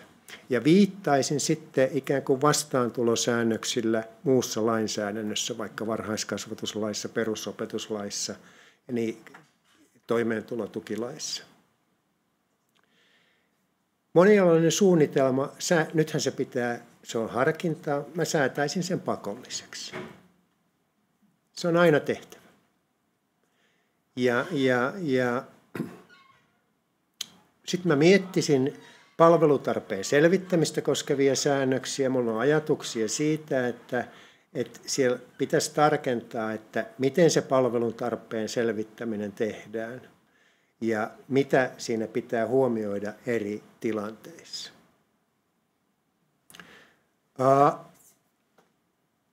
Mä en muista, kuka sinä taisit sanoa. Sinä taisit sanoa, että meillä on ongelma nyt se, että meillä sosiaalihuollossa sinne perhepalveluihin on ruuhkaa. Ja se pitää ihan paikkansa. Siellä voi olla yhdellä sosiaalityöntekijällä 200 asiakasta. Ja se tarkoittaa sitä, että hän ei pystytä tekemään palvelutarpeen selvittämistä tai asiakassuunnitelmia. Eli siellä pitää tehdä korjausliikkeitä. Yksi ongelma oli vuoden 2015 sosiaalihuoltolain muutos, jossa niin kuin tehtiin, siellä hallituksen esityksessä näkee suoraan, että haluttiin siivota lastensuojeluasiakkaita sosiaalihuoltolain puolelle, koska lastensuojelulla on niin negatiivinen kuva. Eli tämmöinen julkisuuskuva. Ja mun mielestä se nyt ei voi olla mikään peruste. Eli mä korjaisin niitä sosiaalihuoltolain muutoksen valuvikoja. Siellä on toinen paha valuvika, on tämä päätöksenteko sosiaalihuoltolain 46 pykälässä, joka säätää tämmöisen emopäätöksen tekemistä, mutta se on käytännössä mahdoton tehdä. Ja mä korvaisin sen tällä monialaisella yhteistyöllä ja monialaisella suunnitelmalla, ja ehkä joissain tilanteissa niin kun lisäisin sen asiakassuunnitelman tai tämän monialaisen suunnitelman velvoittavuutta, niin että tietyt palvelut on järjestettävä tietyissä tilanteissa.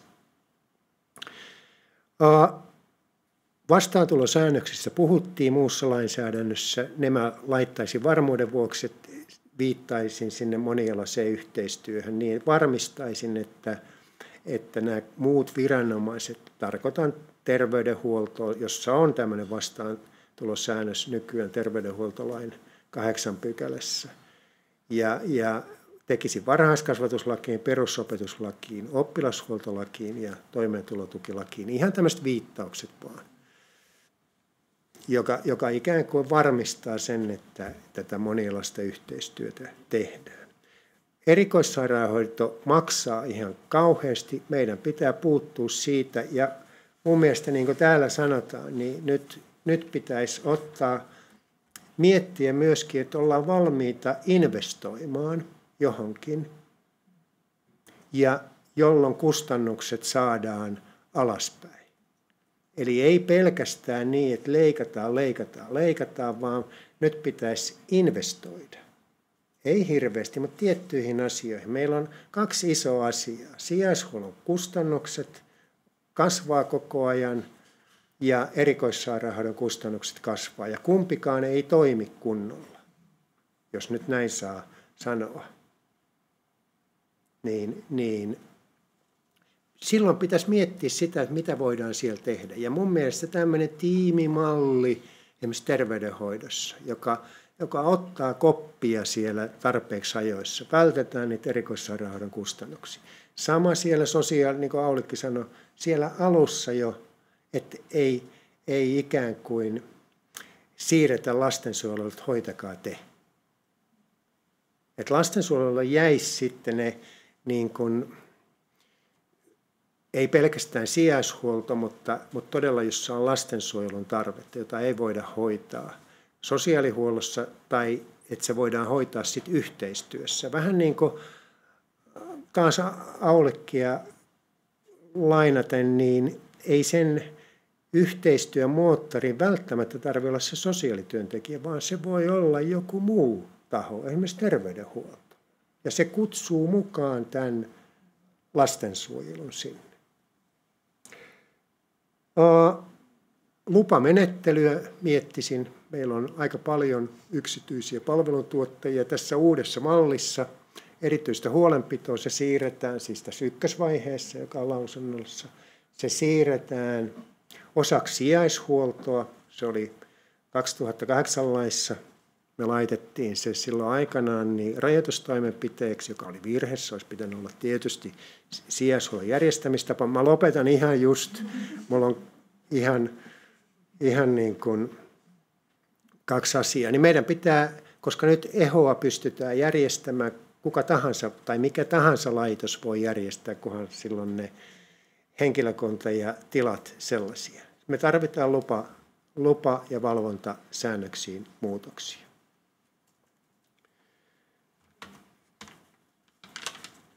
Oikeastaan mä kiitän teitä kaikkia. Haluan kiittää Aulikkia. Mä oon oppinut, Aulikki, sinulta niin paljon. Me oltiin Aulikin kanssa työtovereita pitkään. Aulikki oli mun esimies, aika jämäkkäkin joskus ja pani mut järjestykseen, mutta kovasti on oppinut. Ja kiitos.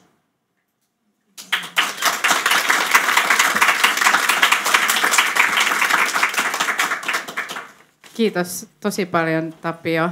Tämä on ollut erittäin intensiivinen aamu. Tuntuu, että aika on mennyt aivan niin kuin yhdessä huijauksessa. En arvannut silloin, kun me mietittiin tätä ajankohtaa, että tähän löytyy tällainenkin niin kuin merkityksellisyys tähän päivään. Että ei puhuta siitä enempää.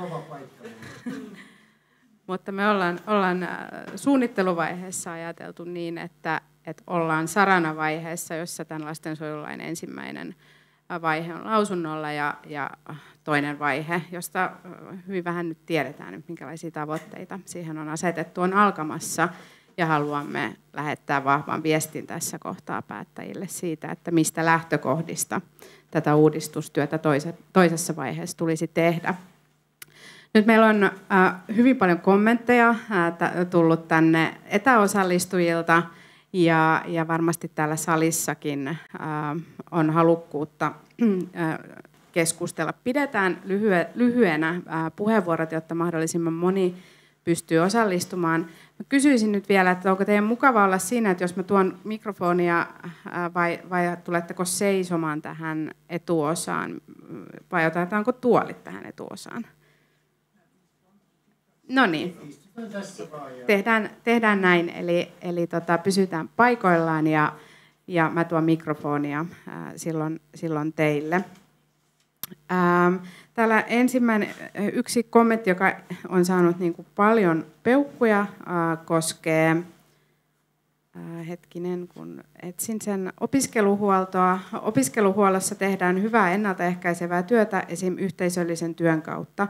Se työ on kuitenkin vaarantumassa, koska koulukuraattoreita suunnitellaan terapiatakuun toteuttajiksi, vaikka se tulisi toteuttaa terveydenhuollon ammattilaisten toimesta. Tällainen kommentti, ei kysymystä täällä, mutta jos me otetaan täältä salista, haluaako Helena kommentoida kenties tai joku muu esittää kysymyksen puhujille tässä kohtaa?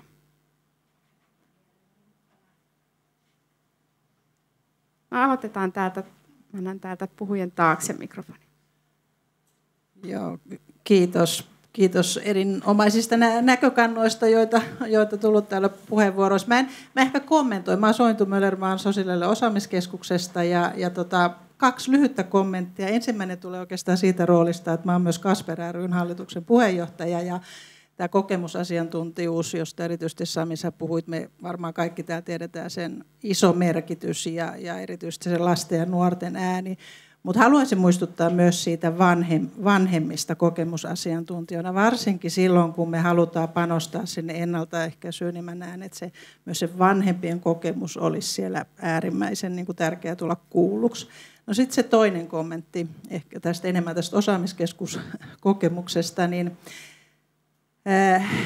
lainsäädäntöuudistuksia tarvitaan, se on niin kuin selvä, mutta mä en ehkä henkkoht usko siihen, että me saadaan lainsäädännöllä hirveästi muutettua niitä erilaisia toimintakäytäntöjä mitä meillä on. Ja se yksi haaste mun mielestä sosiaalipalveluissa ylipäätään myös lastensuojelussa on se, että meillä ei ole niin kuin instanssia eikä meillä ole mekanismia, joka olisi turvaamassa sitä, että kun meillä on hyväksi todettuja käytäntöjä tai meillä on näitä suosituksia, jotka on tehty ja siellä on tietoja ja kokemuspohjaa, niin mikä taho ei vastaa siitä, että ne ihan oikeasti leviäisi tuonne käytäntöön.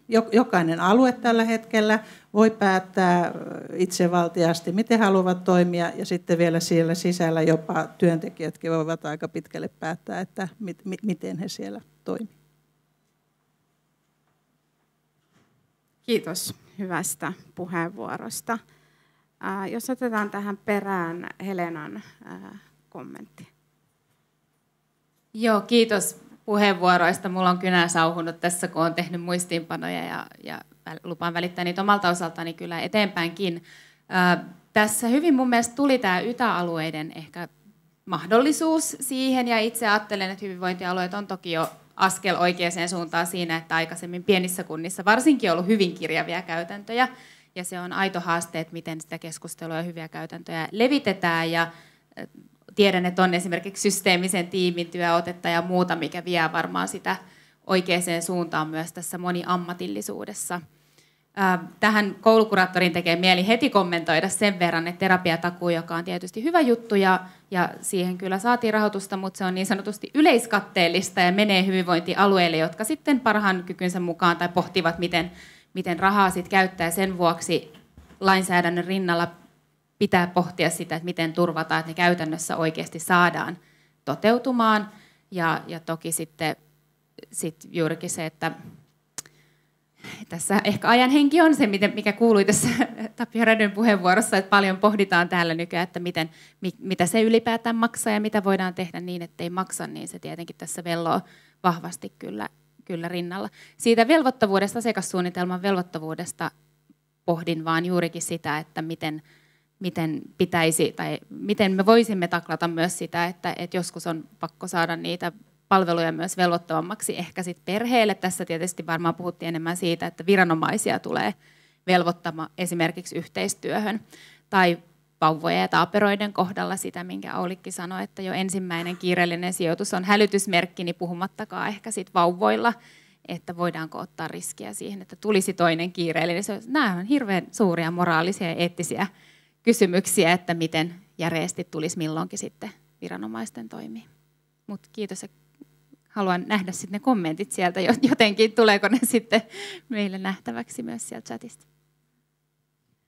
Joo, me ehdottomasti tehdään yhteenveto siis näistä puheenvuoroista, videotallenne tulee ja voidaan kerätä nämä kommentitkin myös dokumentaationa ja totta kai lähestymme niin kuin tämän talon päättäjiä niillä viesteillä, joita tänään on täällä kuultu ja palaamme niihin heti tämän tilaisuuden päätyttyäkin. Otetaan täältä salista vielä seuraava kommentti. Joo, Riitta Hyytinen Pelastakaa lapsista ja kiitokset ensiksikin kaikista puheenvuoroista. Voin kompata ihan kaikkeen, mitä todettiin.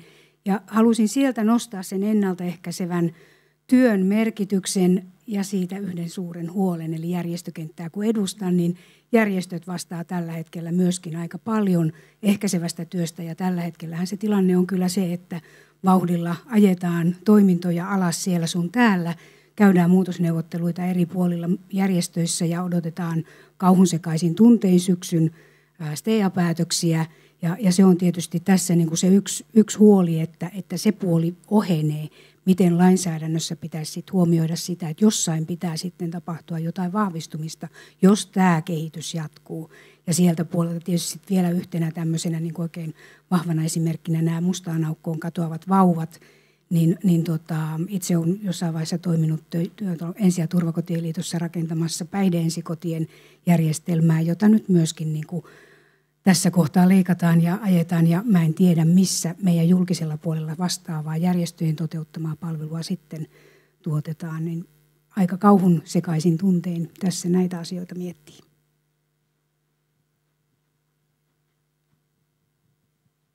Kiitoksia. No niin, nyt täältä nousee asiantuntijoiden kädet myös pystyyn. Kumpi mahtuu olla ensin? Ehkä aloitetaan Tapiosta.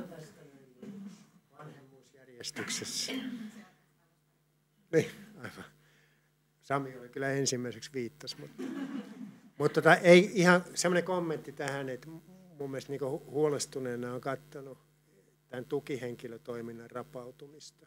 Jälkihuollossa, avohuollossa. Se ei maksa paljon, mutta se on niin helppo tapa säästää muutama penni, tai euroista nykyään puhutaan, ja sitä tuottaa nimenomaan järjestöt. Tosin myöskin yksityiset perhehoitajat ja muuta.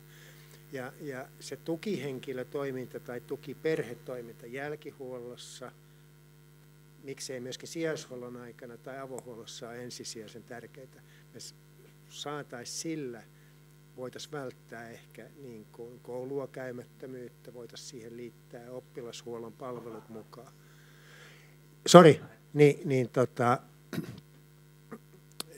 Se on mun mielestä semmoinen, johon voisi kansanedustajat puuttua tai ainakin tuoda esiin.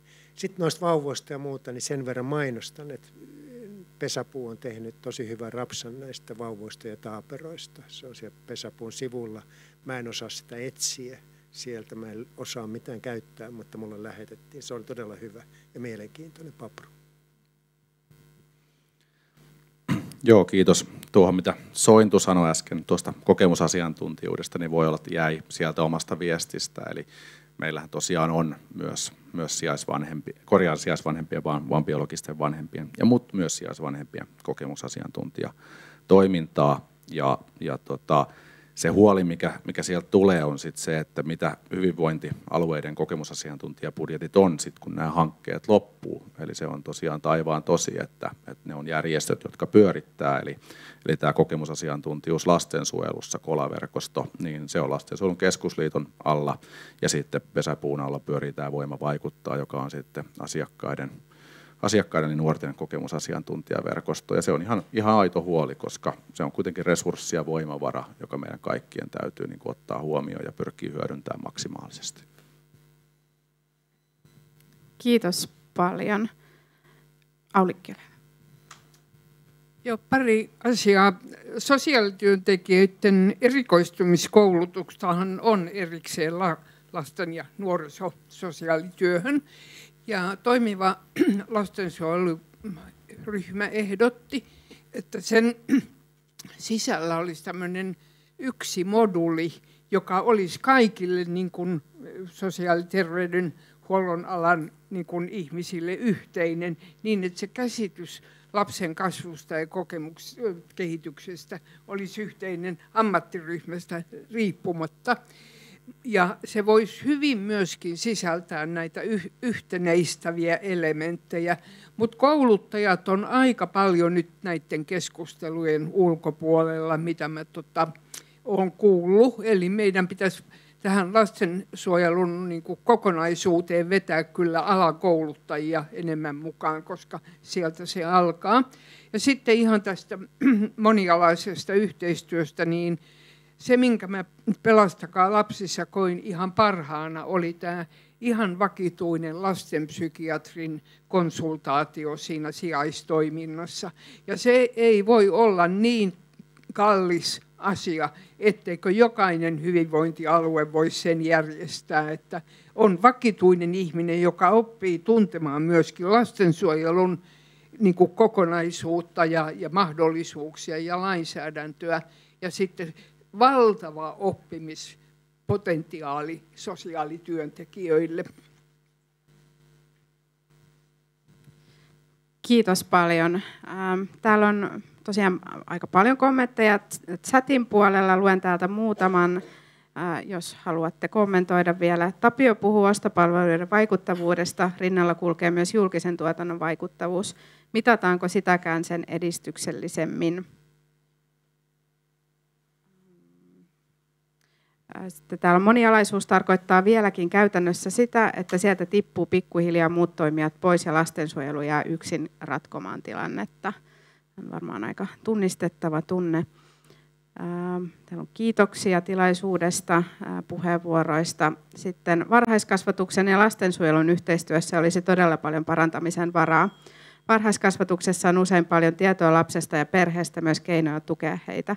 Aivan liian vähän lastensuojelu kutsuu varhaiskasvatuksen henkilöstöä niin sanotusti saman pöydän ääreen pohtimaan lapsen ja vanhemman tukemista. Tiedä, olisiko näistä halua lyhyesti kommentoida asiantuntijoiden. Tapio, ole hyvä. Ihan lyhkäisesti, eli kun tuo ihan sama niin kuin ongelma tai viesti tulee kouluilta, että ei saada sitä lastensuojelua mukaan, että se aina tapahtuu lastensuojeluehdoilla. Ihan niin kuin Aulikki tuossa sanoi, niin ei se moottorin tarvitse olla välttämättä se sossu, vaan se pykälähän voidaan rakentaa niin, että varhaiskasvatuksen kutsusta on tultava paikalle. Ihan samoin kuin se sosiaalihuoltolain säännössä on. Siellä on moottorina se sosiaalityöntekijä, mutta voidaan vaihtaa vähän rooleja riippuen tilanteesta. Ja mun mielestä se olisi helppo tehdä. Ja samaa mieltä muuten sen kommentin kanssa, että totta kai julkisen sijaishuollon, julkisen järjestäjän vaikuttavuutta on arvioitava. Se on mun mielestä ihan selvä. Ihan sama kuin valtion koulukodeille tulee tämä suljettu hoito nytten pilottina ainakin. Totta kai sitä vaikuttavuutta pitää seurata. Eli oli julkinen tai yksityinen toimija, niin samat säännöt pitää olla. Joo, otetaan Aulikki ja sitten sieltä takaa kysymys. Mä vaan Tapiolta kysyisin, että miten niin kun lainsäädäntöön saadaan niin kun tämä näkemys, että lastensuojelu on prosessi, joka tekee hyvää tulevaisuutta, eikä pelkästään erilaisia temppuja, joita yksitellen päätetään niin kuin sarjassa avohuolto, laitoshuolto, avohuolto. Että niin kuin tavallaan siis se koko henki pitää olla semmoinen, että se ei lähde niin kuin toimenpidekeskeisesti, vaan lapsen tulevaisuus keskeisesti. On tosi vaikea kysymys. Tässä ajassa ei pysty, mutta se on mun mielestä niin kuin oleellinen kysymys. Se liittyy tähän avohuoltoon ja muuta. Eli tämä asia pitää nimenomaan tässä uudistuksessa ratkaista, ikään kuin miten se lanka siellä menee. Ei voi olla, niin kuin Aulikin sanoi, että joo, kiireellinen sijoituslaitos, kotiin laitos, kiireellinen sijoitus ja niin edespäin. Mutta en pysty vastaamaan tähän suoraan ainakaan. Kiitos. Meillä on muutama minuutti vielä jäljellä ennen kuin mennään loppuyhteenvetoon, niin otetaan täältä vielä kysymys. Moikka. Mä oon Nea Aarvo, Kasper kasvatus- ja perheneuvonta ry:stä. Mua nyt vähän jännittää kysyä tai sanoa tämä mun kysymys näiden viisaiden ihmisten seurassa, mutta ehkä tämä on vähän sama tunne kuin lapsilla ja nuorilla ja vanhemmilla siellä lastensuojelussa. Mutta me edustetaan siis vanhempien ääntä, biologisesti vanhempien ääntä lastensuojelussa. Ja mä jotenkin koko ajan mietin tässä sitä, että vähän tässä keskustelusta, jota on ehkä suunnattu myös niin kuin tänne päättäjille, niin on se, että minkälaista tukea vanhemmat sit saa siinä tilanteessa, kun näitä muutoksia pitää tehdä. Ja mä ihan älyttömän paljon teen vanhempien kanssa töitä ja heiltä tulee tosi vahvasti esiin se, että he ei ymmärrä tavoitteita, he ei tiedä mitä pitää tehdä, he ei niin kuin tajua, että mitä pitäisi tehdä, jotta perhe voisi jälleen yhdistyä tai he ei pysty tekemään itse niitä toimia. Että tavallaan se harjoittelu kotiinkaan ei oikein auta, jos vanhemmat ja perhe kokonaisuudessaan ei saa sitä tukea. Eli mä peräänkuuluttaisin tässä nyt näitä kuntoutuksellisia palveluita. Ja meillä on se vanhemman asiakassuunnitelma tai tuen suunnitelma, mikä se nimi nyt onkaan, mutta kuka sitten on vastuussa siitä, että näitä palveluita ihan oikeasti vanhemmat saa ja että se palveluiden saaminen olisi semmoista pitkäjänteistä ja että puhuttaisiin ihan oikeasti niin kuin kuntoutuksesta. Mä tässä myös kuntoutuksen ammattilaisena sitä aina lastensuojelun niin kuin kontekstissa mietin. Kiitos paljon. Sami haluaa kommentoida.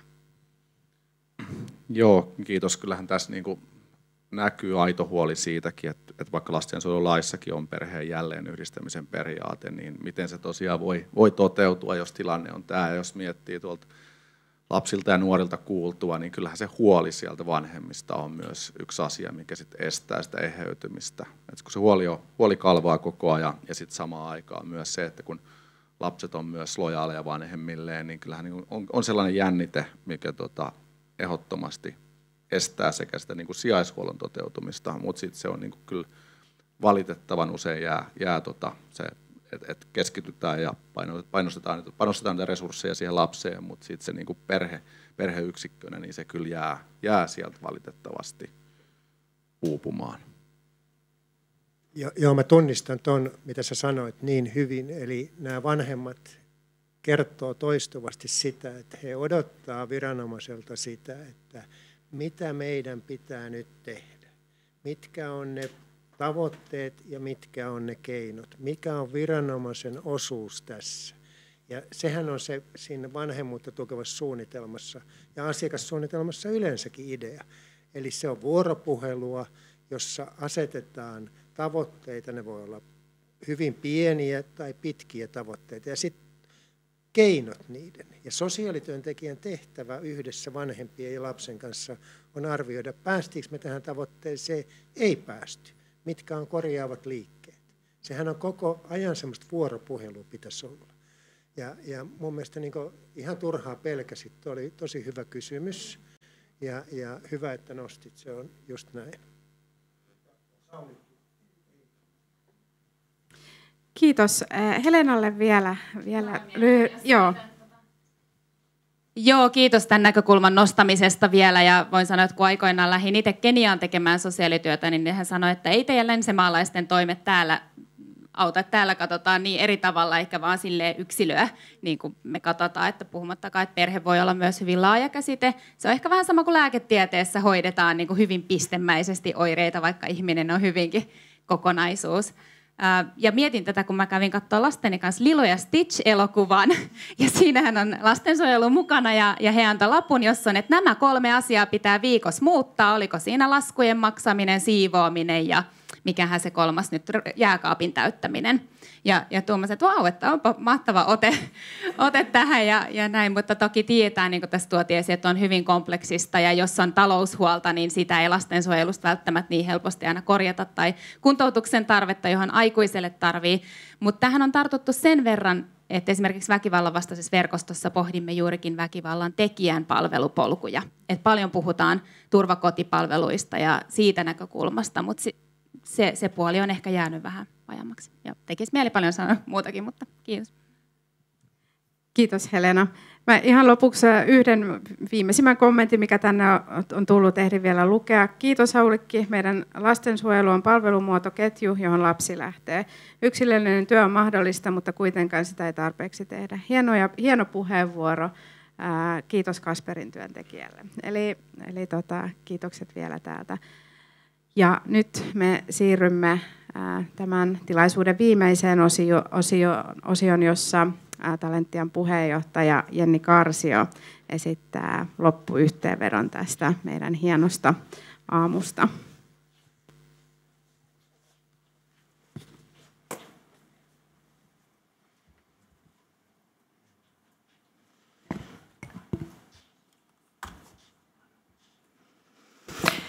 Hyvät kuulijat, tänään olemme kuulleet laaja-alaisen ja syväluotaavan kokonaisuuden lastensuojelusta ja lastensuojelulain uudistamisen lähtökohdista. Esitän lämpimän kiitoksen teille asiantuntijoille, jotka olette olleet tänään äänessä, ja niin ikään kiitän kansanedustaja Helena Marttilaa tämän tilaisuuden järjestämisestä. Paljon kiitoksia. Olemme yhdessä tämän päivän aikana onnistuneet kertomaan päättäjille, mihin kysymyksiin heidän tulee vastata, kun lastensuojelulakia uudistetaan. Ylisosiaalineuvos Aulikki Kananojan esitys nosti esiin 5 keskeistä teemaa, joiden äärelle pysähtyminen on olennaista koko sosiaalialan kannalta. Monessa puheenvuorossa tuli esiin ehkäisevä lastensuojelu, tai vielä tarkemmin ilmaistuna lastensuojelun tarvetta ehkäisevä työ, ja se ansaitsee aivan keskeisen sijan uudistuksessa. Tämä työ tapahtuu monin osin varsinaisen lastensuojelun ulkopuolella, perhekeskuksissa, neuvoloissa, kouluissa, seurakunnissa ja kansalaisyhteiskunnassa. Talenttia korostaa, että ehkäisevä työ tarvitsee tuekseen rakenteet, selkeät vastuut ja riittävät resurssit sekä lainsäädännöllisesti että käytännön tasolla. Sosiaalialan ammattilaisilla on tässä työssä erityinen asiantuntijarooli, joka on tunnistettava ja tunnustettava. Poliittisesti asian edistämisessä ei pitäisi olla esteitä. Kaikki eduskuntapuolueet halusivat aluevaalien vaaliohjelmissaan vahvistaa lastensuojelutyön ennaltaehkäiseviä elementtejä. Toiseksi on olennaista, että uudistus huomioi lastensuojelun monialaisuuden ja poikkisektorisen luonteen, mitä Aulikki Kananoja ja Tapio Rätykin korostivat puheenvuoroissaan. Me kysymme, miten hyvinvointipalveluiden rakenteet ja rahoitusmallit tukevat tätä yhteistyötä vai estävätkö ne sitä? Tarvitsemme rakenteita, jotka eivät siiloudu, vaan rakentavat yhteistä työtä lapsen ja perheen hyväksi. Sosiaalityöntekijät ovat avainasemassa tässä koordinaatiossa moottoreina, kuten Räty ilmaisi. On kuitenkin sanottava, että tähän mennessä sosiaali- ja terveyspalveluiden integraatio ei ole toteutunut vielä toivotulla tavalla käytännössä. Kolmanneksi pohdimme, miten hyvinvointialueiden ja yhteistyöalueiden yhteistyö järjestetään. Työnjako ei saa hämärtyä. Talentia näkee, että sosiaalialan työ vaatii johdonmukaisia linjauksia ja vahvan asiantuntijaorganisaation, joka tukee vaativaa asiakastyötä, kehittämistä ja tutkimusta. YTA-alueet ovat luonteva pohja sosiaalialan palvelujärjestelmää tukevan tutkimuksen koordinointiin sekä erikoistumiseen ja hyvien käytäntöjen välittämiseen. Tällaisen rakenteen muodostuminen edellyttää valtiovallan ohjausta osana soten sisältöuudistusta. YTA-yhteistyön on rakennuttava työn todellisuuden, ei hallinnon tarpeiden ehdoilla. Neljänneksi muistutamme, että lastensuojelu on prosessi, ei toimenpide. Prosessi, jolla rakennetaan hyvää tulevaisuutta lapselle. Seuranta niin asiakkaan kuin koko järjestelmän tasolla on olennainen osa vaikuttavaa työtä. Tarvitsemme palveluissa työskenteleville aikaa tehdä rakenteellista sosiaalityötä ja asiakkaiden tilanteiden seurantaa. Työtä kehittävän otteen läsnäoloa arjen työssä. Lainsäädännön tulee myös turvata riittävä ja johdonmukainen arviointi, mutta samalla pitää kiinni työn inhimillisestä ulottuvuudesta. Viidenneksi, kuten Aulikki Kananoja esitti, kannatamme kokeiluja ja pilotointia aina ennen laajaa lainsäädäntöön kirjaamista. Näin ollaankin nyt toimimassa lastensuojelulain ensimmäisessä vaiheessa, jossa käynnistetään pilotti uudesta kuntouttavasta suljetusta laitospalvelusta vakavassa rikoskierteessä oleville. Kokeilut voivat ylipäätään tuoda arvokasta tietoa siitä, miten rakenteet ja toimintamallit toimivat käytännössä, mutta kokeilujen tulee olla avoimia, edustavia ja ennen kaikkea niissä on kuultava työntekijöitä ja kuten Sami Isoniemi ilmaisi, kärkitietoa hyödyntäen eli kokemusasiantuntijuutta lapsia, nuoria ja vanhempia kuunnellen. Lopuksi haluan korostaa, että lastensuojelulainsäädäntö ei saa olla vain hallinnollinen uudistus. Se on myös viesti arvoista siitä, miten me yhteiskuntana tuemme lapsia, nuoria ja perheitä. Talentia on valmis tekemään oman osansa tämän uudistuksen rakentamisessa. Me haluamme lain, joka tukee ammattitaitoa, selkeyttää vastuita ja ennen kaikkea varmistaa lasten hyvinvoinnin. Lainsäädäntö, joka on aito tulevaisuusinvestointi. Kiitos kaikille osallistujille täällä paikan päällä, kansalaisinfossa ja etäyhteydellä tilaisuutta seuranneille sekä vielä kerran tilaisuuden puhujille. Toivotan teille kaikille oikein hyvää kesää.